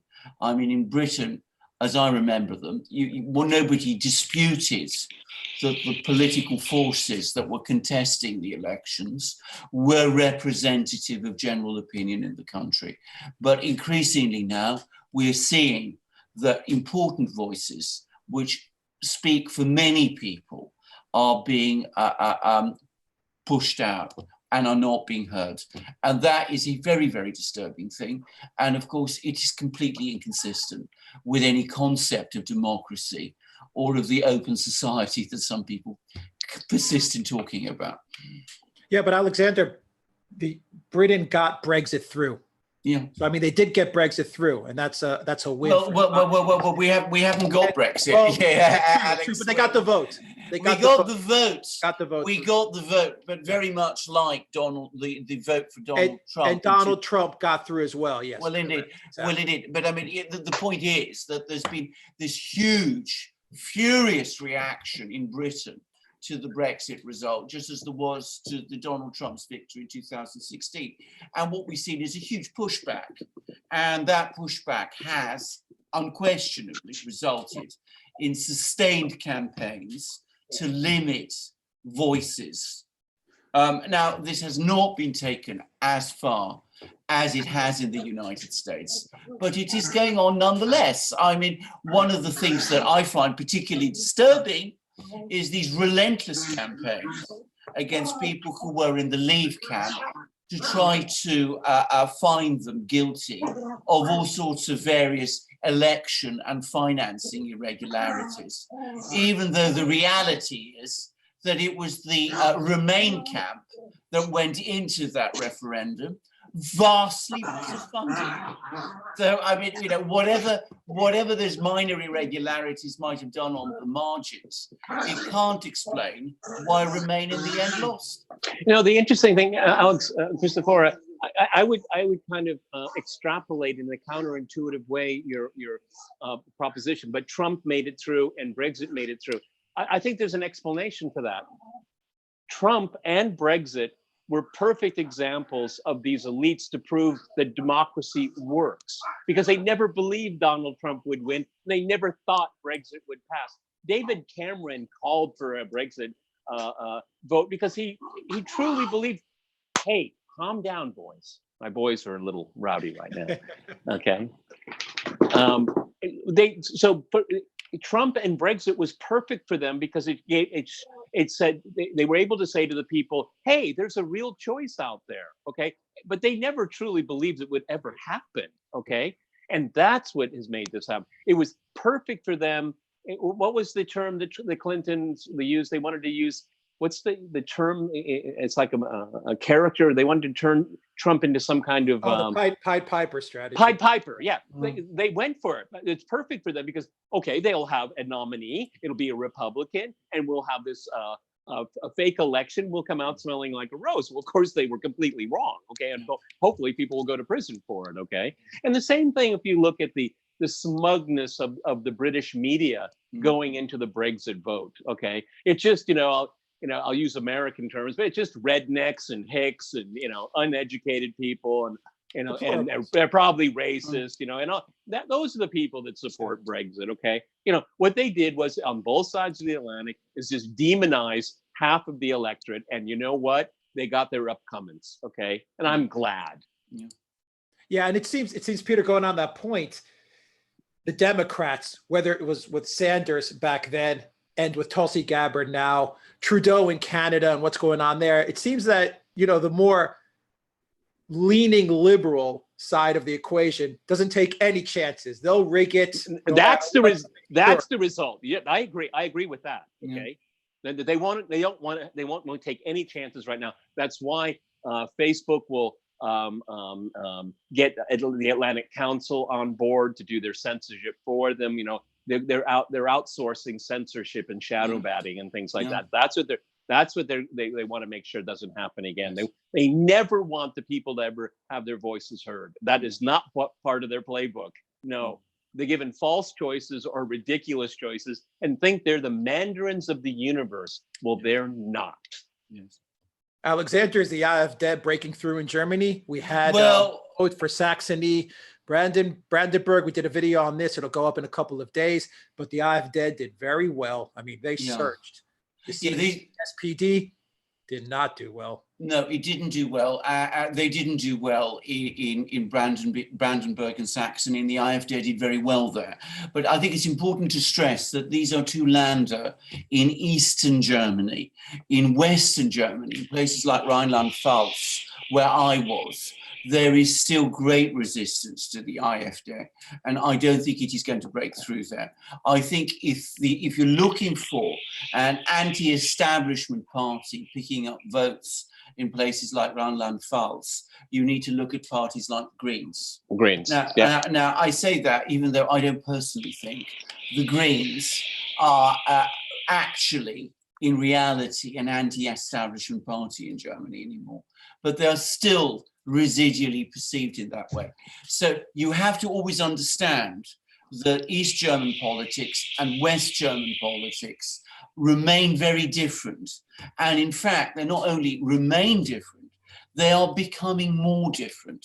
I mean, one of the curiosities is that since German unification, the convergence, or rather the assimilation of the two Germanys that many people expected, or at least the attitudes in the two Germanys that many people expected, have never fully happened.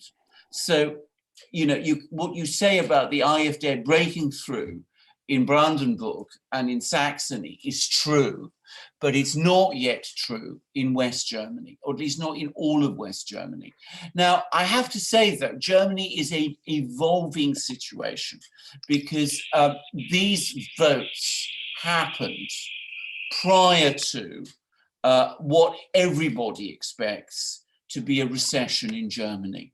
And one of the things that struck me so strongly when I was in Germany is growing disaffection and discontent amongst lots of people in Germany with the present economic situation and with these negative interest rates, which are wreaking havoc with German savings. And that, I suspect, is going to eventually build a head of steam in West Germany as well. But whether it will be the AfD that will capitalize it remains to be seen. It's very interesting that we're talking about the differences within Germany. No. You know, historically, it has always been that way. Yes. Always been that way. You know, in most languages, Germany is referred to as a country in the plural. Like in Russian, Germanies, the Germanies. Yeah. Okay, because it's always been Germanies. Okay. Yes. And those differences have not been resolved. And look what they've gone through. They've gone through the imperial period. They went through the Weimar Republic. They went through the Nazi dictatorship. They went through the Cold War. They got unified again, and the same differences persist. People should remember these kind of things. These things don't disappear. Indeed so. And one of the things you discover when you are in Germany is the very intense connection many Germans have to their own region. I mean, True. Germans have a very much stronger sense of belonging to where they are from, the part of Germany that they are from, than you would typically find in, say, Britain, in England, for example. And it's something which Anglo-Americans, who are very used to very high degrees of mobility within their own countries, are often very surprised by. Germany remains a very decentralized place. Different regions, they're called Länder in Germany, have very different characters and personalities. But there is also, over and above this new and perhaps rather surprising divergence between the old West Germany and the former East Germany. And again, one of the things that I did notice is that for the first time when I was in West Germany, I noticed that West Germans are beginning to sort of express concerns about how different East Germany is from them. and how different the outlook and the attitudes in East Germany are. And this was something that was unexpected and which came from many different sections.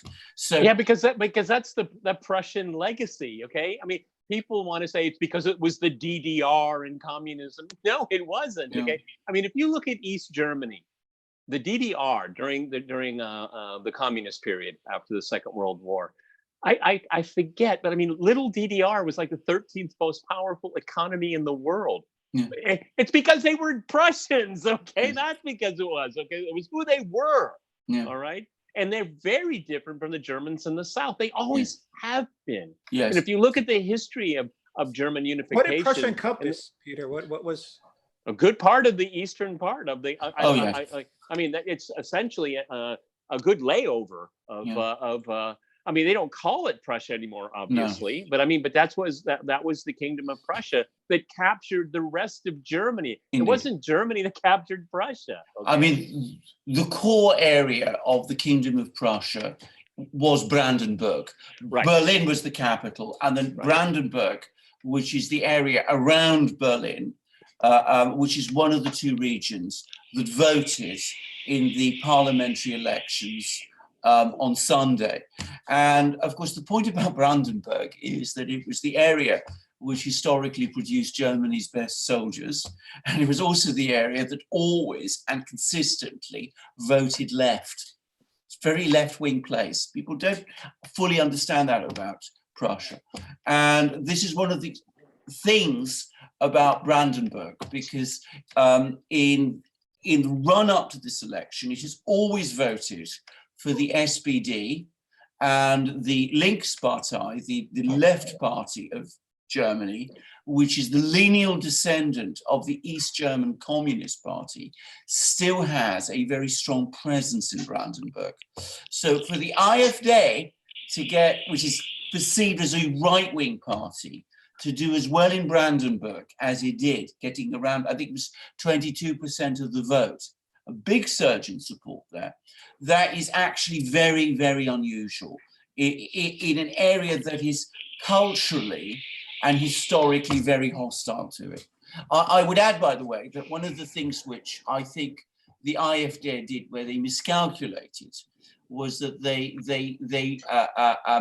spoke out. They claimed that they were completing in this election, that they projected the SPD and as somehow continuing the socialist party's policies of the old East Germany. I think that it would not have played well in Brandenburg. It might have played well in Saxony, but in Brandenburg, which is a completely different mentality, it was a severe mistake. East Germany was the rump of old Prussia, the Prussia of Frederick the Great, plus the rump of the former kingdom of Saxony, which includes these resplendent cities like Dresden and Leipzig. So it's about 2/3 Prussia, 1/3 Saxony. Actually, culturally and politically very different. Now, to confuse things, of course, Prussia was extended in the 19th century, and the area which I visited, called Rhineland-Pfalz, after the Napoleonic Wars, was also part of the Kingdom of Prussia, but they don't feel Prussians there. The Brandenburgers are the real Prussians.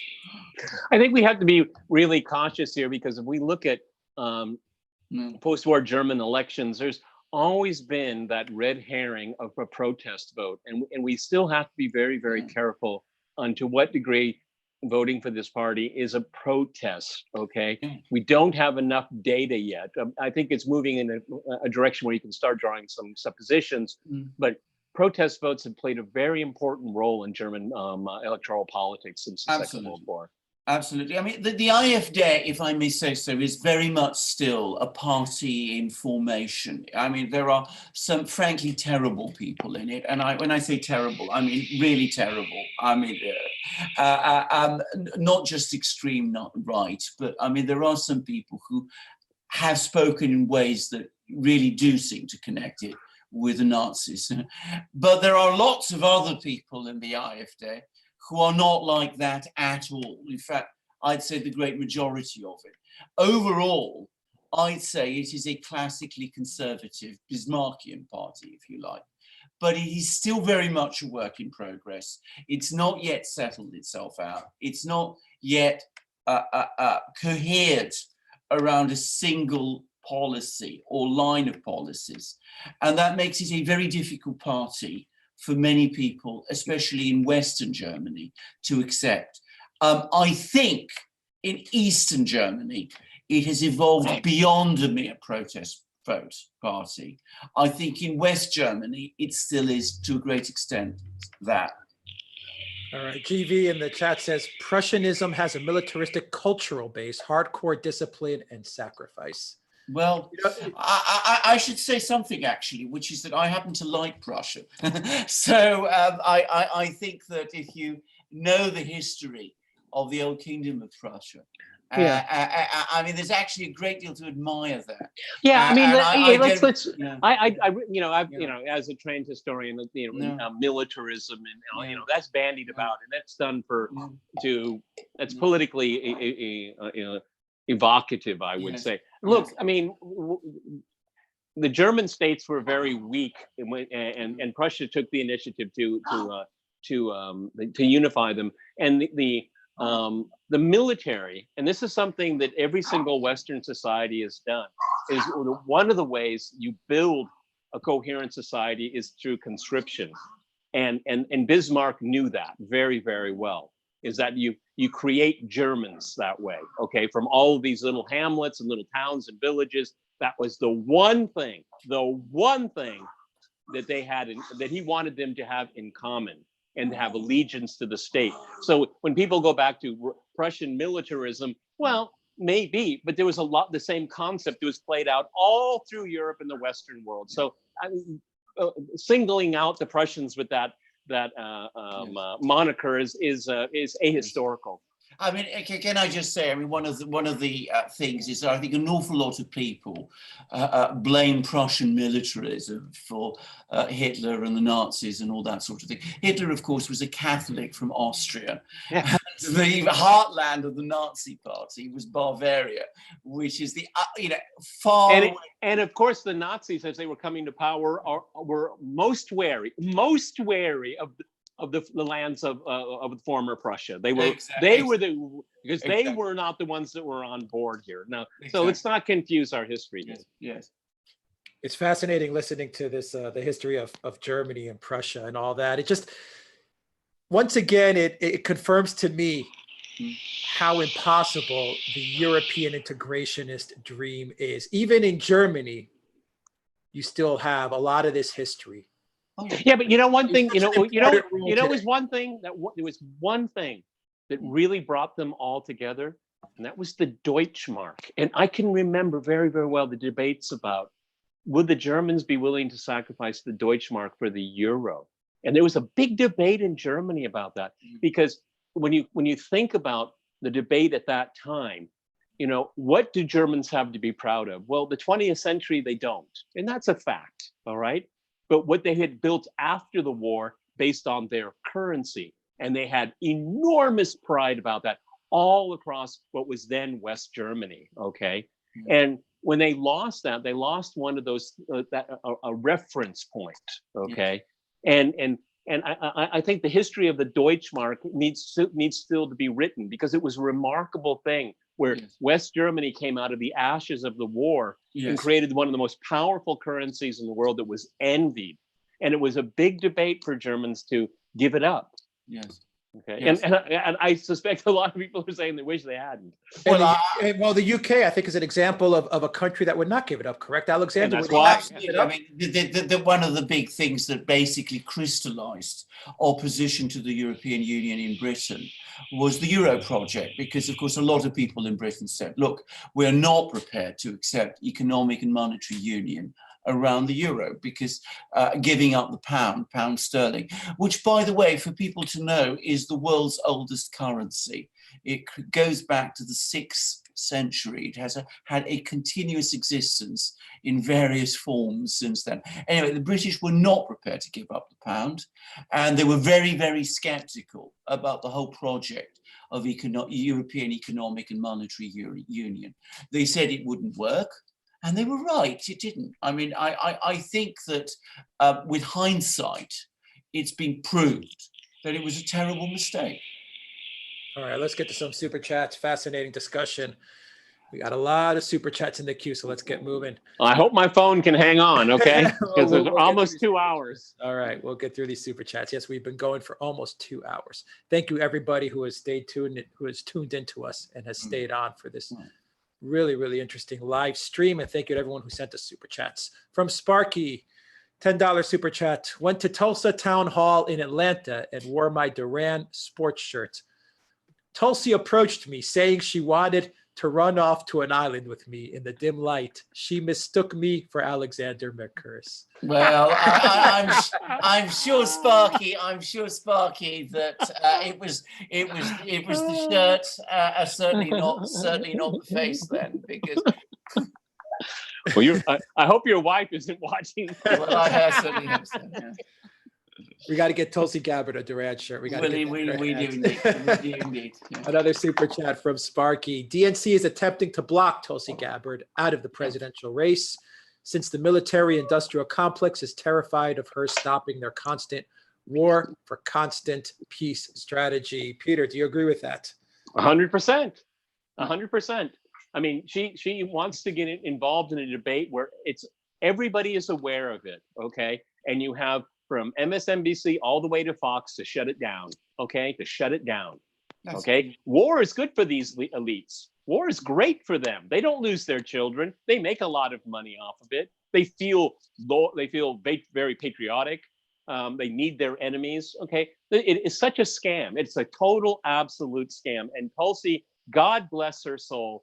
And I've watched her in many debates, and I really respect it. She goes on hostile fora, okay? And she sticks up for herself. She is the only one that acts presidential, in my opinion, the only one.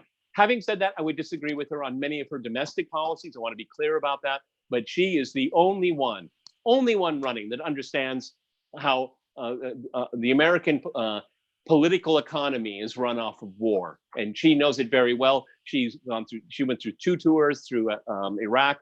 She's somebody worth listening to, and she speaks the truth, and they're terrified of her truth. I agree with all of that. Actually, I agree with also with what Sparky says. I think it's quite clear now that there is an agenda to basically keep her off the media and to silence her and to basically make sure that she doesn't get anywhere close to doing what Bernie Sanders did in 2015-16 and Donald Trump also did, which attract attention and then have a campaign take fire, which I suspect that if she got a higher profile, it probably would. Isn't it interesting, guys, that Tucker Carlson is one of the only, if not the only, mainstream media host that actually gives Tulsi a platform consistently? Consistently. Isn't that well, I mean, it's very interesting because I think, again, with not, pushing Tucker so much, but I will anyway, is that he's the only one in media that has his finger on the pulse. He's the only one that listens to what people have to say. Okay, and the thing is that I suspect that he's doing well enough for Fox that he has room for maneuver, and he's just being honest in the way he sees the world, and I think that's what people want to hear. Okay, and look, we've said it many times before. It's quite possible that it was the congressional districts that had serving people in uniform, their families and vets that made the difference for Donald Trump. Donald Trump should be more afraid of her than anyone else because she is stealing from his 2016 campaign platform. And if anything, it brings people out because people that feel like we do are passionate about it, and that will motivate people to vote. And seeing her being sidelined here just shows again is that democracy is constructed, modified, and produced to generate a certain result, okay? And she's not part of the mix. And Yes. it's simply untenable to believe that, that your vote counts when you're not given an opportunity to vote for someone that might think the way you do. And Tulsi does represent, I would dare say, millions of people at the very least. Yes, I agree with all of that, actually. I think she does represent millions of people. I think that it's very, very brave and very remarkable of Tucker Carlson that he gives her attention. But I also think it shows his excellence and sense of duty as a journalist, because that's what you should be doing. And the fact that he's the only person to be doing it, to the extent that he is doing it, is actually a very disturbing fact about the level of political debate in the United States today. I suggest viewers of this go over to Rolling Stone. Matt Taibbi and his associate has a very long interview with Tulsi, and it's really interesting. Yeah. All right. Another super chat from Sparky. Many Trump supporters like me want Tulsi to win the Democrat nomination, so it'll make Trump keep Pompeo and Bolton on a shorter leash or get rid of them. So this goes back to Tulsi kind of stealing much of Trump's platform, his foreign policy platform. Peter? Yeah, I mean, the questioner is absolutely right. This is not party driven, okay? It's pragmatism driven. It's morally driven. It has less to do with Trump and less to do with the Democrats than it does with this ruling principle that's driving the United States and its empire to no good end for anyone at the end of the day, except for a small group of shareholders. So this shows this is a bipartisan, truly maybe the only bipartisan issue out there. And it's not given airtime. No. All right, a super chat from Sparky following up on the previous one. I realize that Trump is using Bolton and Pompeo for a game of good cop, bad cop, but those two seem to be off the chain. No, I think the chain is a bit more tightened now. Okay, because we do know from news reports that Bolton is given the weekend off when it comes to Iran. Okay, Trump knows that he's in big trouble there. I think that's why he came out with the words that he did at the G7 about the possibility of dialogue. Okay, Trump he's covering his back. Okay, because he knows that his core supporters do not like, particularly John Bolton and Mike Pompeo is just a clown. Okay, I mean he's just positioning himself for 2024. Okay, so he's just trying to fill up his resume. He's looking at people. What was her, the former American ambassador to the United Nations, Nikki Haley. Okay, I mean, it's really, if you really look at it, Biden, Haley, Pompeo, they're all eyeing each other right now because it's just for their own political agenda, personal political agenda here. Mike Pompeo, he's a nutcase. Okay, and he is interested in power, and he kisses up to power. It's really disgusting. It's really embarrassing to watch. John Bolton is just a pure ideologue, okay? Yeah. And he's dangerous. Yes, I agree. I have to say, I think that one would like to think that Bolton and Pompeo are hard cops to Trump's soft cop. I think they are two people who are impossible to control. And I think that if Trump ever did think of them in those terms, he must by now be educated in the fact that Bolton especially is far too manipulative and canny an operator to be controlled and used like that. Frankly, if Trump wants to play the soft cop, hard cop game, he needs to do it himself, not delegated to people like Bolton. They will simply pull him along. Okay, from Sparky, a $2 super chat. China's investing big in the 2020 U.S. elections, exclamation point. Not a question, a statement. Is China investing big in the 2020 U.S. election? I've not heard anything about it. I haven't heard anything. I mean, the Chinese are like the Russians. They don't have any particular interest in who's going to win the next election, because whoever wins the next election is going to be like the person before. So, I mean, it's a contrived narrative, okay? It's a contrived narrative. I mean, I think it is widely acknowledged that back in the 1990s, the Chinese did actually provides a certain degree of help, to the extent that one could ever provide any kind of help in a US election, to Bill Clinton in the run-up to his re-election. Yeah, but Bill Clinton took money from everybody. Everybody. So. I was going to say, it could only have made a very slight difference if it made any at all.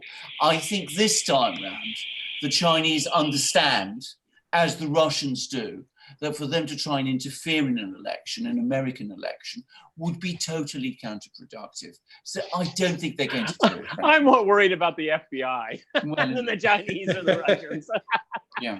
That's true. That's true. Boy, were the Clintons grifters. Unbelievable.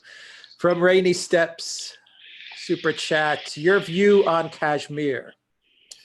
Another interesting story. Yeah, I ought to say I've had floods and floods of comments about Kashmir from all sorts of people, including from an academic of my acquaintance who wishes to discuss the subject with me and is going to, and who has an actual direct knowledge of Kashmir, which I don't personally have. And I should say this person feels that the steps that Modi has taken, which I had been prepared, to give them the benefit of the doubt.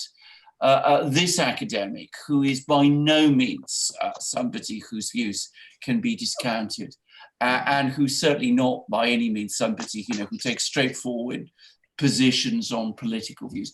This person thinks that this is an extremely bad thing, and that it will aggravate tensions, and it doesn't just speak of bad events in Kashmir, but that it could have bad effects in India generally.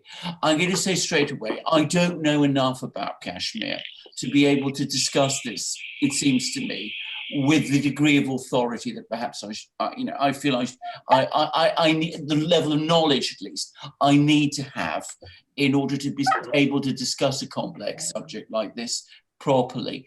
And what I'm going to do is I'm going to be speaking with this person very soon and speaking to various other people.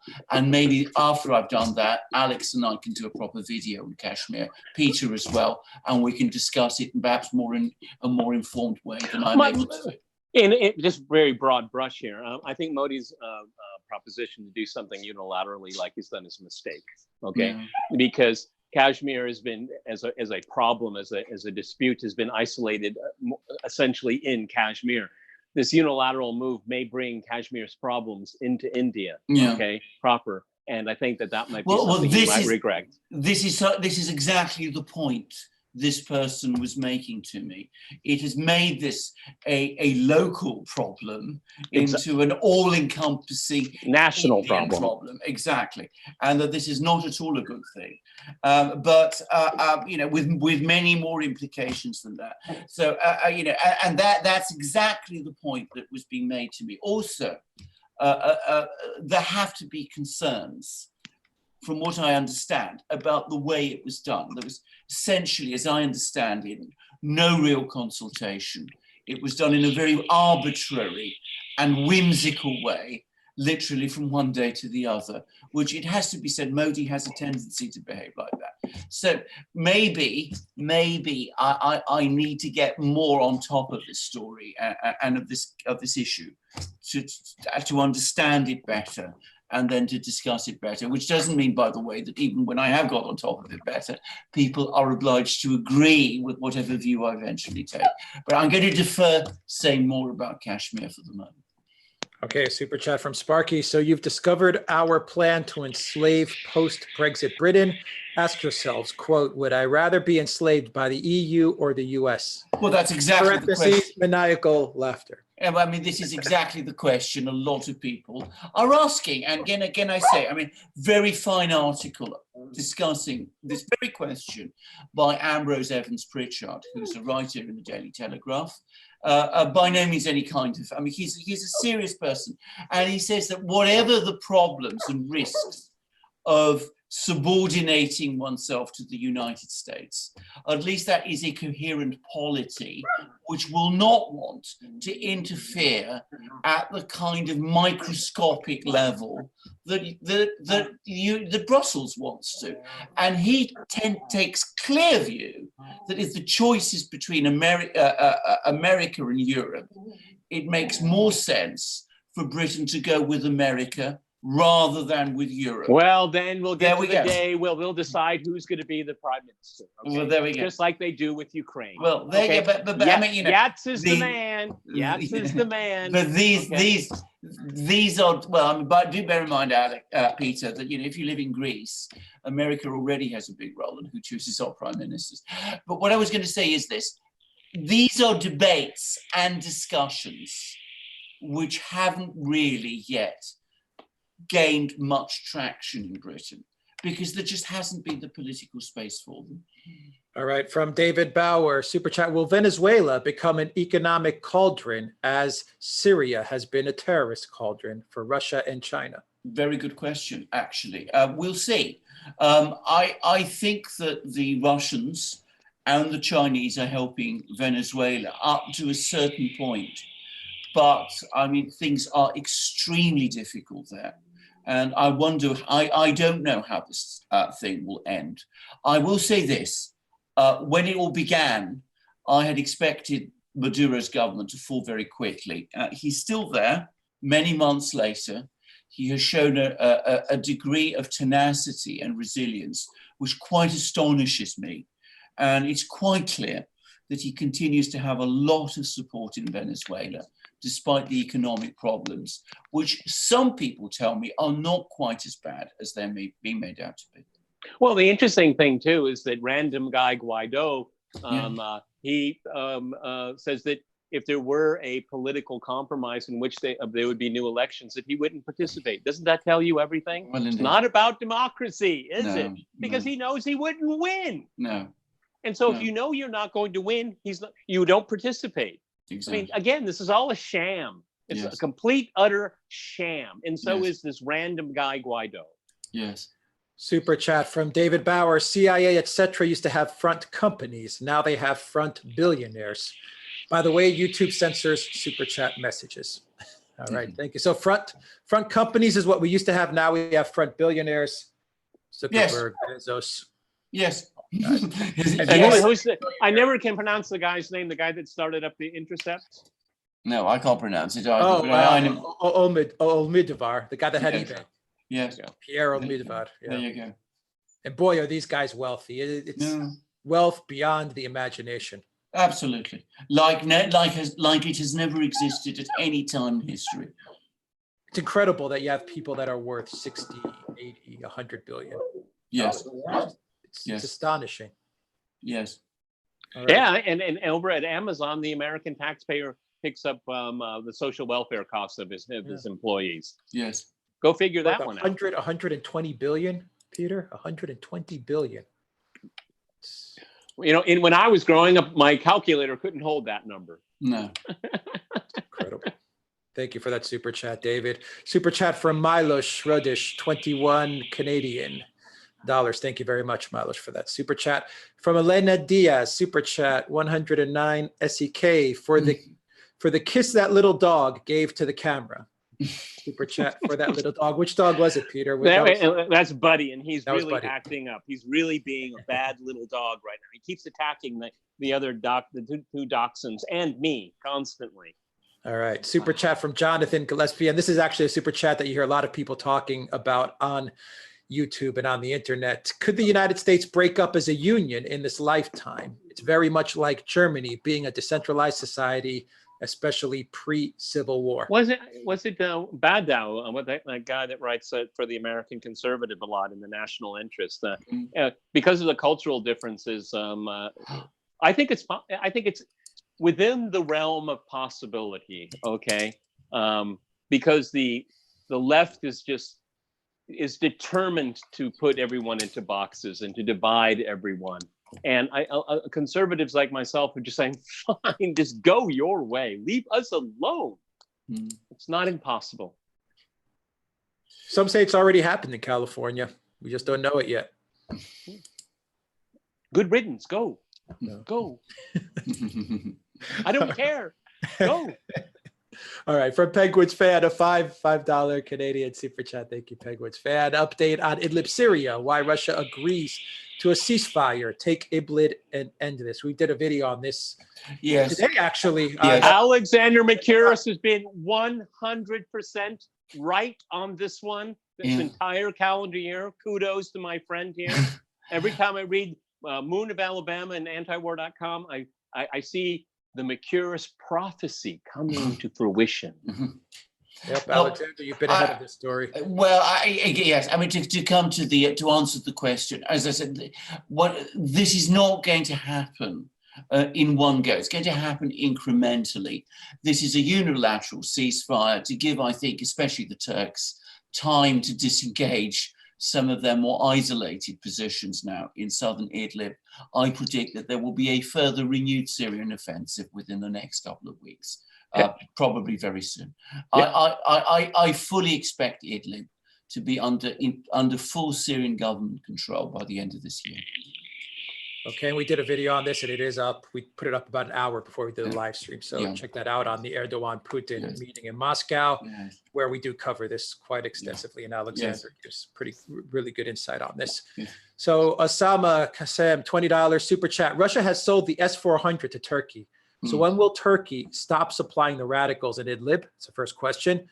When will the media stop saying rebel held? That's the second question. And Sky News did a video interviewing HTS, calling them rebel fighters. It was disgusting. Well, can I just say a few things about it? Firstly, there are some reports that the goodness, this is my dog. There are some reports that the Turks have actually stopped supplying weapons to the jihadi fighters in Idlib as part of this agreement that has just been made. Whether that's true or not, I don't know. But certainly there is growing disaffection by the jihadis towards the Syrians, towards the Turks. Towards the Turks, exactly. And I think there was even a protest in which Erdogan's portrait was burnt. As we predicted. Exactly. We predicted. So the second thing is, I entirely agree. They should not be called rebels. I think this is completely true. The reason they are called rebels is because people in the media want to conceal that what these people actually are. The fact that many of them, most of them in Idlib, are in fact associated with Al-Qaeda and share its ideology and share its terrorist philosophy. And this isn't something the media in the West wants to touch upon at all. And it's not going to adjust. And they never will, because they can never admit that they were wrong. Exactly. Again, the mandarins of the universe will never admit they're wrong. Well, they're wrong about everything. Okay? Exactly. It's a disgrace. It shows what journalism today is just. It's a mockery of the truth. Okay. Yes. Well, that's right. Sky News interviewing HTM, calling them rebel fighters. Well, I mean, it's appalling. It's completely inappropriate. And by the way, I mean, the point to make about these organizations is, of course, they are not even based in Syria itself. Their fighters may be there, but these are international terrorist jihadi organizations. They are and remember, Ronald Reagan brought into the Oval Office the Mujahideen, the equivalent of America's founding fathers. Okay, Osama bin Laden was given a praise in the pages of the New York Times as a great resistance fighter. Yes. They never admit they're wrong. No. Okay, they never do. No. Sky News is Murdoch, right, Alexander? Sky News is Murdoch, as is Fox. As is Fox. All right. One bike sale super chat. Duran, great commentary. Thank you. One bike sale for that super chat. Super chat from Penguins fan. Putin should not trust Erdogan in Syria. Hasn't he learned anything from last year's failed ceasefire with Turkey, which Erdogan didn't honor? I don't think Putin has ever trusted Erdogan in Syria. I think the point about Putin is that he, and not just Putin obviously, but the Russian government, are extremely realistic people. And they understand that even if they don't trust the Turks, they have to work with them if they're going to restabilize Syria. Exactly. Now, what they do is they come to all these agreements with the Turks, which Penguin's fan is absolutely right. The Turks generally don't honor. And then the Russians use whatever levers they have over Turkey to put the squeeze on the Turks. And with every passing month, we have seen that Russian leverage over Turkey has increased with the pipelines, with the economic connections, with the millions of Russian tourists who go to Turkey, with, of course, the growing scientific and technological connections, and with the military connections. So it gives the Russians more and more levers to pull, and more cards, if you like, to play in this very complicated game they have to play with Erdogan. I think they've handled it with great skill. And the fact that some things have had to be delayed a few weeks or a few months shouldn't detract from the fact that if you look at the overall picture, the Russians are achieving the objective that they set themselves with minimum losses to themselves. It has been, frankly, a virtuoso performance. Ditto. From American Rebel, $10 super chat, informative stream as always. Thank you, gents. Thank you, American Rebel, for that super chat. From Penguins fan, what's with Russia-Japan dispute over Kuril Island? Those islands belong to Japan or Russia? Question mark. Well, that's the dispute. Indeed. What's the history behind it? Well, I mean, the history behind it is, of course, that Russia expanded into this region in the late 18th and 19th century. And I believe that before the I may be wrong about this, but I believe that before the Russo-Japanese War of 1905, the Russians were already in control of these islands. And then as a result of the agreement that was reached to end that war, the Japanese, for the first time, gained control of those islands and of southern Sakhalin. The Russians do not consider those islands to be part of the Japanese home islands. And I think I'm right in saying that history tends to be on their side with this.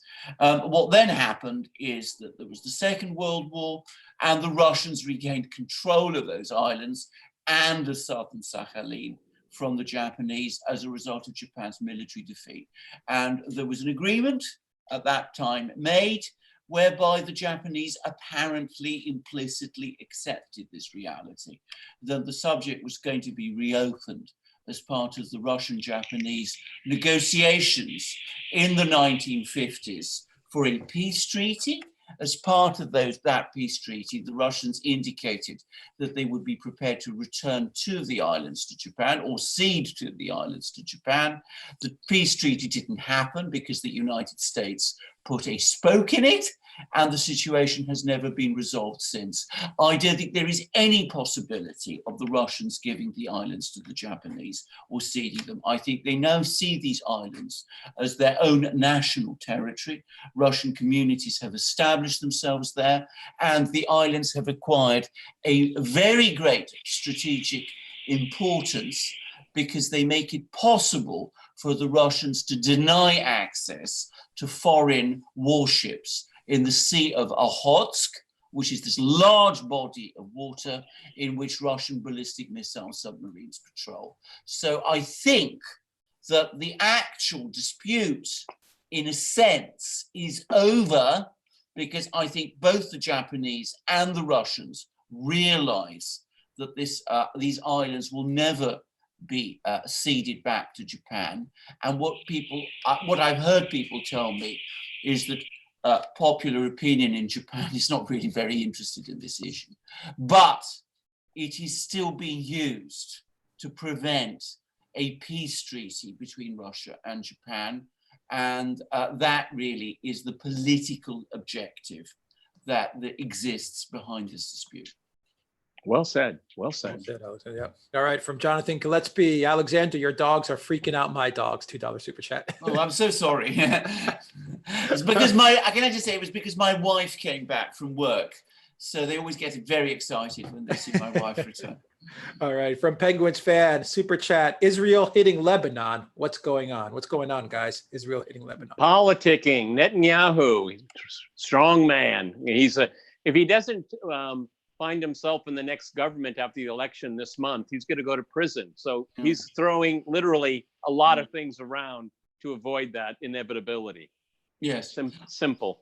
Yes, I agree with that. I mean, I think a lot of this is about the election. This is another very important election that's coming up because, Netanyahu's career hangs by a thread.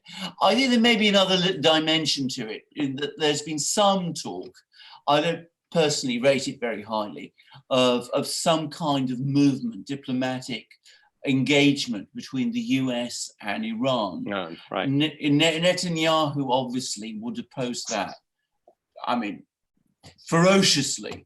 Let's be quite clear. If there was any diplomatic engagement between the United States and Iran, Netanyahu's political position in Israel would become untenable. He'd politically be toast. So he seems to be attacking people like Hezbollah and people in Syria and people in Iraq in order to create a general conflict in which I think he hopes to stop any moves, any diplomatic moves for the Americans and the Iranians to talk to each other. Personally, I don't believe those diplomatic moves are going anywhere anyway. I don't personally get any real sense that the Americans and the Iranians are really interested in speaking to each other at this time. But, there are people like President Macron of France who are trying to get these two countries together. Having said that, I think that I tend to agree with Alexander McCarris. I think that Trump and maybe some others around him see the danger of not having a back channel to the Iranians directly. I think they see that danger. And I think that's where this may be coming from, okay? Yes. Because the intermediaries that the US uses in the Middle East are not always reliable. Yes. And the stakes couldn't be higher. And maximum pressure isn't worked, okay? No. And so they're scrambling on what to do without losing face, okay? Yes. And I think Trump also at G7 was very Trumpian, he wants to wheel and deal, the art of the deal, everything like that. So he kind of keeps the door cracked for that kind of possibility because he wants to show that he's, open to negotiations. Yes. And we've already mentioned these rogue figures. It's kind of like sticking one finger and another finger in the eyes of Pompeo and Bolton, reminding them who's president of the United States. Certainly they aren't. Yes. All right, super chat from Sparky. Election fraud is the most dangerous 2020 election issue. It's bad. It's nationwide. Little's been done about it. Establishment counts the votes. I can't remember an election official going to prison. Well, if you look at the last few election cycles, empirically speaking, it's the Democrats that play around with the voting rolls, not the Republicans. Okay, so that's the empirical evidence. All right. The United States has a ridiculously archaic election system. Okay, and it is open to corruption. Yes. All right, and both parties with their gerrymandering, you have to hold your nose to see what they do. Okay, yes. It's really nasty business. All right. But like I said, over the last few election cycles, the Democrats have been caught with their hands in the cookie jar. It doesn't mean the Republicans don't do it too. I'm not taking sides on this one. But it's the archaic electoral election process, the physical voting. This needs to be desperately cleaned up.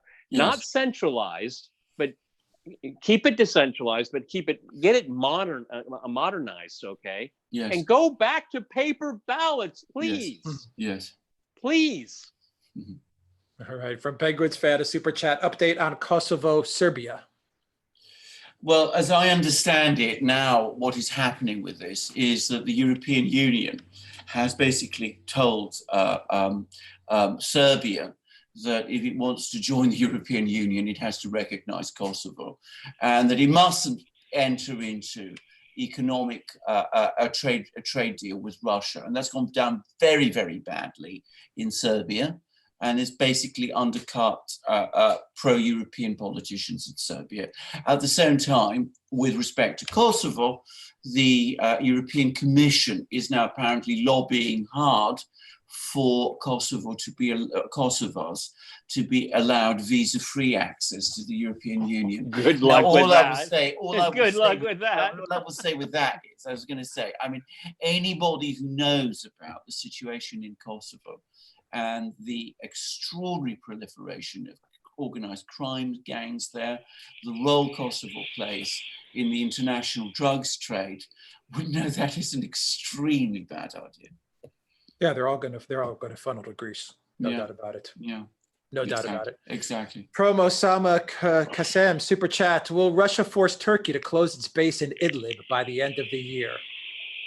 Yes, is the short answer. I've already said that I expect Idlib by the end of this year to be under full Syrian government control. That is not compatible with a Turkish military presence in Idlib. Okay, from Penguins. But having said that, the quid pro quo very well may be some kind of security / buffer zone in the north. Okay, that might be the face saving, and it maybe the Russians and the Turks will do it together. That's a possibility. I tend to think the Russians don't want that. That's kind of like mission creep for them.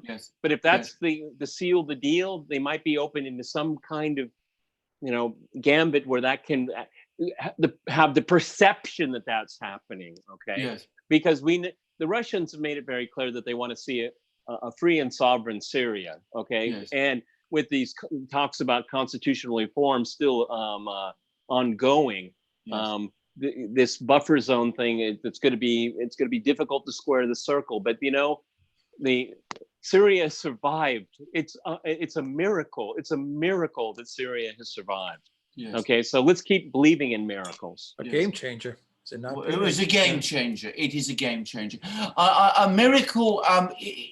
But the thing to say about that is that, of course, it's something that was achieved as a result of various things. But one should not underestimate the discipline of the Syrian government and army, which basically held together, and the frankly iron nerves. And the army is primarily Sunni. Indeed. Sunni. Sunni. Assad's wife is Sunni. Indeed. Okay. Indeed. And the iron nerves. I have to say this. I know lots of people have different views about him, but the iron nerves of Bashar al-Assad. I mean, he never, ever gave up, even when his presidential palace in Damascus was virtually surrounded, and jihadi fighters were within, a shot of it. I mean, a firing range of it. But as I said, he never gave up. He never ran away. He never negotiated away Syria's positions. He held things together in Syria. He kept the army and the government in Syria.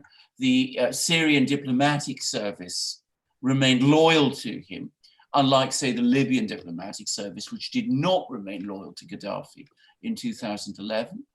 And it's that degree of determination and willpower that in the end pulled Syria through, because it meant that when the Russians, and it was ultimately the Russians, when the Russians in 2015 decided that they had to intervene to save the Syrian state, there was still a Syrian state there to save.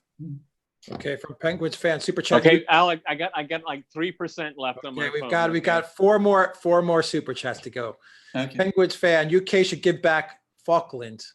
UK should give back the Falklands back to Argentina. Well, this is, of course, a war was fought over the issue in 1983. Made Margaret Thatcher an international, stateswoman.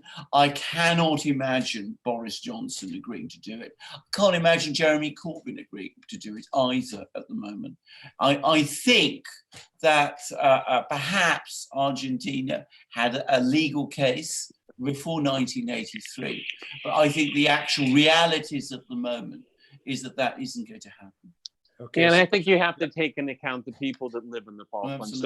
I think they have a historical attachment to the land, so they have to be part of any kind of quote unquote solution. I think that before the Argentinians worry about the Falklands, they need to sort out their own very, very profound problems. Yeah. I mean, given that we're talking about the 9th default in the series, I would have thought that would be a higher priority. Yeah, from Penguins fan super chat, how are things in Ukraine, especially the economy and jobs? Well, as I understand, it's still drifting down, and Zelensky's first moves, I must say, have been disappointing. And the one that really stood out for me was that, of course, he reconstituted the Ukrainian government, but the person he kept as interior minister is a man called Arsen Avakov, who was appointed interior minister of Ukraine directly after the Maidan coup. He actually was a member of the government before Poroshenko was elected president of Ukraine. And to my astonishment and dismay, Zelensky has kept him in post, despite the fact that Avakov is known to be an extreme proponent of the Maidanist ideology. So it looks as if nothing very, very much or very good is happening at the moment.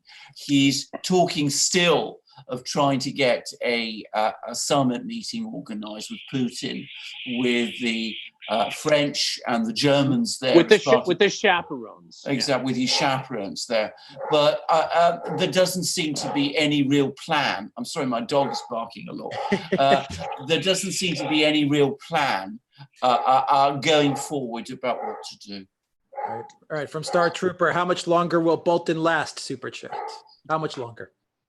Not a second, much more for me. Get him out quick. I mean, the news reports are these waning again, okay? But I don't know, okay? Yeah. I mean, this guy is a bureaucratic tapeworm, okay? Yeah. It's hard to get rid of him. Yes. I think Donald Trump will be asking himself, I think basically Donald Trump will want him out, but he's going to be asking himself whether it will do him more damage than good if he sacks Bolton before the 2020 Yeah, because Bolton would turn on him on a dime. Exactly. Good point. I see Bolton on MSNBC and CNN. Absolutely. Yeah, absolutely. From Penguins fan super chat, is the West trying to stir Russia away from China? If it's true, who's doing it? The EU or US? Both. Both are. I mean, everybody is. Everybody is. I mean, we've had this extraordinary article in the New York Times, written by the New York Times editorial board, saying, that Russia should be, we should try and pull Russia away from China. We've had President Macron saying all those same things to President Putin directly. We've had articles of a similar nature now appearing in the London Times. None of this, however, remotely comes with any serious attempt to address Russia's legitimate concerns. So there's no way that the Russians are going to agree to this, even if they trusted the Americans and the Europeans, which of course by now they don't. All right, from Penguins fan super chat, Hong Kong, should Chinese military intervene? I think it will be a police action. I Yes, think they will use, I mean, the rumors that I've come across is that some of the police, I don't know what they're called in Hong Kong, but their police forces, they're having some of them being infiltrated by troops from the mainland. That could be just a rumor, but I do not think that they want to use military force. I think there could be a crackdown. It'll be a military one. It'll be more of something less than martial law. I'm entirely of that view. I mean, I think one thing that the Chinese authorities will not want to repeat is the pictures that we saw in Tiananmen Square with tanks moving around and all that. Now, that happened because in 1989, China had not yet developed proper riot police and riot control facilities. China has that in abundance today on a huge scale. And what I think is going to happen is that we're going to get at some stage a request from the Hong Kong government to the Chinese central government. They'll say, we are finding it very difficult to control the situation in Hong Kong, and can you please send us some reinforcements for our police? And the Chinese People's Police, or whatever they call themselves, will arrive in growing numbers in Hong Kong, and they will be sufficient to stifle these protests. I mean, they have the necessary training and organization and resources and numbers to do it. So that's, I think, what's going to happen. Now, I don't know whether we're quite at that point yet, but I think we are probably moving that way. And of course, when I say the Hong Kong government will ask the Chinese government to do that, of course, this thing will be very, very carefully rehearsed, prepared in advance. All right, final super chat from Penguins fan. Bolton going to Belarus. Should Moscow be worried, guys? Should Moscow be worried about Bolton's trip? Not only Belarus, Moldova and Ukraine as well. Okay, I don't think it'll have any material impact whatsoever. Yeah. I mean, one has to remember also that the three countries that you just mentioned, they're always trying to look for leverage, okay? Yeah. I mean, particularly in Belarus. I mean, Lukashenko does this every, 18 months? I don't know if I'm going to side with the Russians or the Europeans. I mean, it's a pattern. It's a pattern, okay? Yeah. And Bolton, you know, this is what he's on his pre-regime change tour. Is there anything new about that? No. So I don't think there's anything real substance to it. Well, I agree. I mean, I have to say, I think part of the reason that Bolton has visited these three countries is because he may fear that the US is actually losing ground in them. There was a change of power in Moldova a few months ago after a very, very tense situation where there were parliamentary elections in which the former governing party, the Democratic Party, which is heavily oligarch dominated, but which was extremely close to the US and to the European Union, lost, but nonetheless tried to cling on to power through all kinds of means, and then it basically was pushed out. So now Moldova has a pro-Russian president and a coalition government in which the bigger party, the Socialist Party, is also perceived as pro-Russian. So Bolton may be worried about that. He may be Moldova. He's worried about Moldova. Well, I know, but then, you know, but that's how these people think. They never like to give up on anything. Ukraine, as we know, there's been a change of power there, and Zelensky, however ineffectually, has talked about negotiations with the Russians. And there's talk, I mean, in spite of what I said about Avakov still there's talk about a prisoner exchange, and a Russian reporter called Vyshinsky, who had been arrested by the Ukrainians, has now been released on bail. And of course, in Belarus, there are moves, growing moves now, to integrate Belarus more closely in the Russian economy. So it may very well be that Bolton is trying to some extent to push the tide. Yeah, exactly, to push the tide. It wouldn't be entirely uncharacteristic, but with a person like that, one always has to worry, because of course one always worries what he's up to, and it's quite likely that he is trying to cause trouble in Russia's backyard, especially at a time, and we've discussed this recently in a video, Alex and I, when Turkey seems to be tilting ever more closely towards Russia. So it may very well be that, you know, Bolton is playing his usual games, but, you know, one can see why he might want to do it, basically to try and hold the line back a little. Yeah, and it's basically to poke Putin in the eye. And poke the Putin in the eye, exactly. All right, guys. Awesome live stream. We went on for 2.5 Hours plus. And my voice is almost, I should tell you, is now definitely now needs a rest. You did well. You did well. You did well, Alexander. Being sick and all, you did well. All right, guys. Thank you for everybody who tuned into this live stream. Remember, if you're not subscribed, please subscribe to the channel. Hit that like button. Share the channel with everybody you know. PayPal, Patreon, subscribe star in the description box down below in the Duran shop to pick up awesome original Duran merchandise. Peter, what are you looking at this week going forward? Tomorrow I do recording Bojo in the EU. Awesome. And will that be on YouTube? That'll be on Wednesday.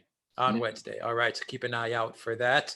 Alexander, what are you looking forward to? Well, this week is going to be dominated by Brexit. First of all, we've got to see whether the government survives this week, because there are now concerted moves to bring it down. And there could very well be an announcement of an election on Wednesday. Now, the point about the election is, when will it be held? Will it be held on the 11th? If the government falls on Wednesday, will it be held on the 11th of October? Or will it be held on the 17th of October, as some people are saying? Or will it be held after Brexit Day on the 31st of October? And will Boris Johnson remain interim Prime Minister until then, with Parliament dissolved? Now, that would be very, very new, uncharted constitutional territory in Britain. So we've got to keep a very careful watch on these things. But of course, the world isn't Britain. Lots of things are going on in all kinds of other places. There's, as I said, the conflict in Hong Kong and what's going on there between China and the United States. There's the growing problems in the world economy, which are being sharpened by the trade war. There's also the situation, the repercussion in Germany after the Lander elections on Sunday. So there's lots of things going on. And obviously, as Penguins fan will no doubt remind us, there's all sorts of developments in Syria with Idlib province. So we've got lots to keep an eye on. All right. Thank you, everybody. That's it for this live stream 45. Have a great week ahead, wherever you are in the world, morning, afternoon, evening. Thank you, Peter Lavelle, the host of RT's Crosstalk in Moscow. And thank you, Alexander Merkers, the Oracle of London in London. Take care, everybody. Have a great afternoon.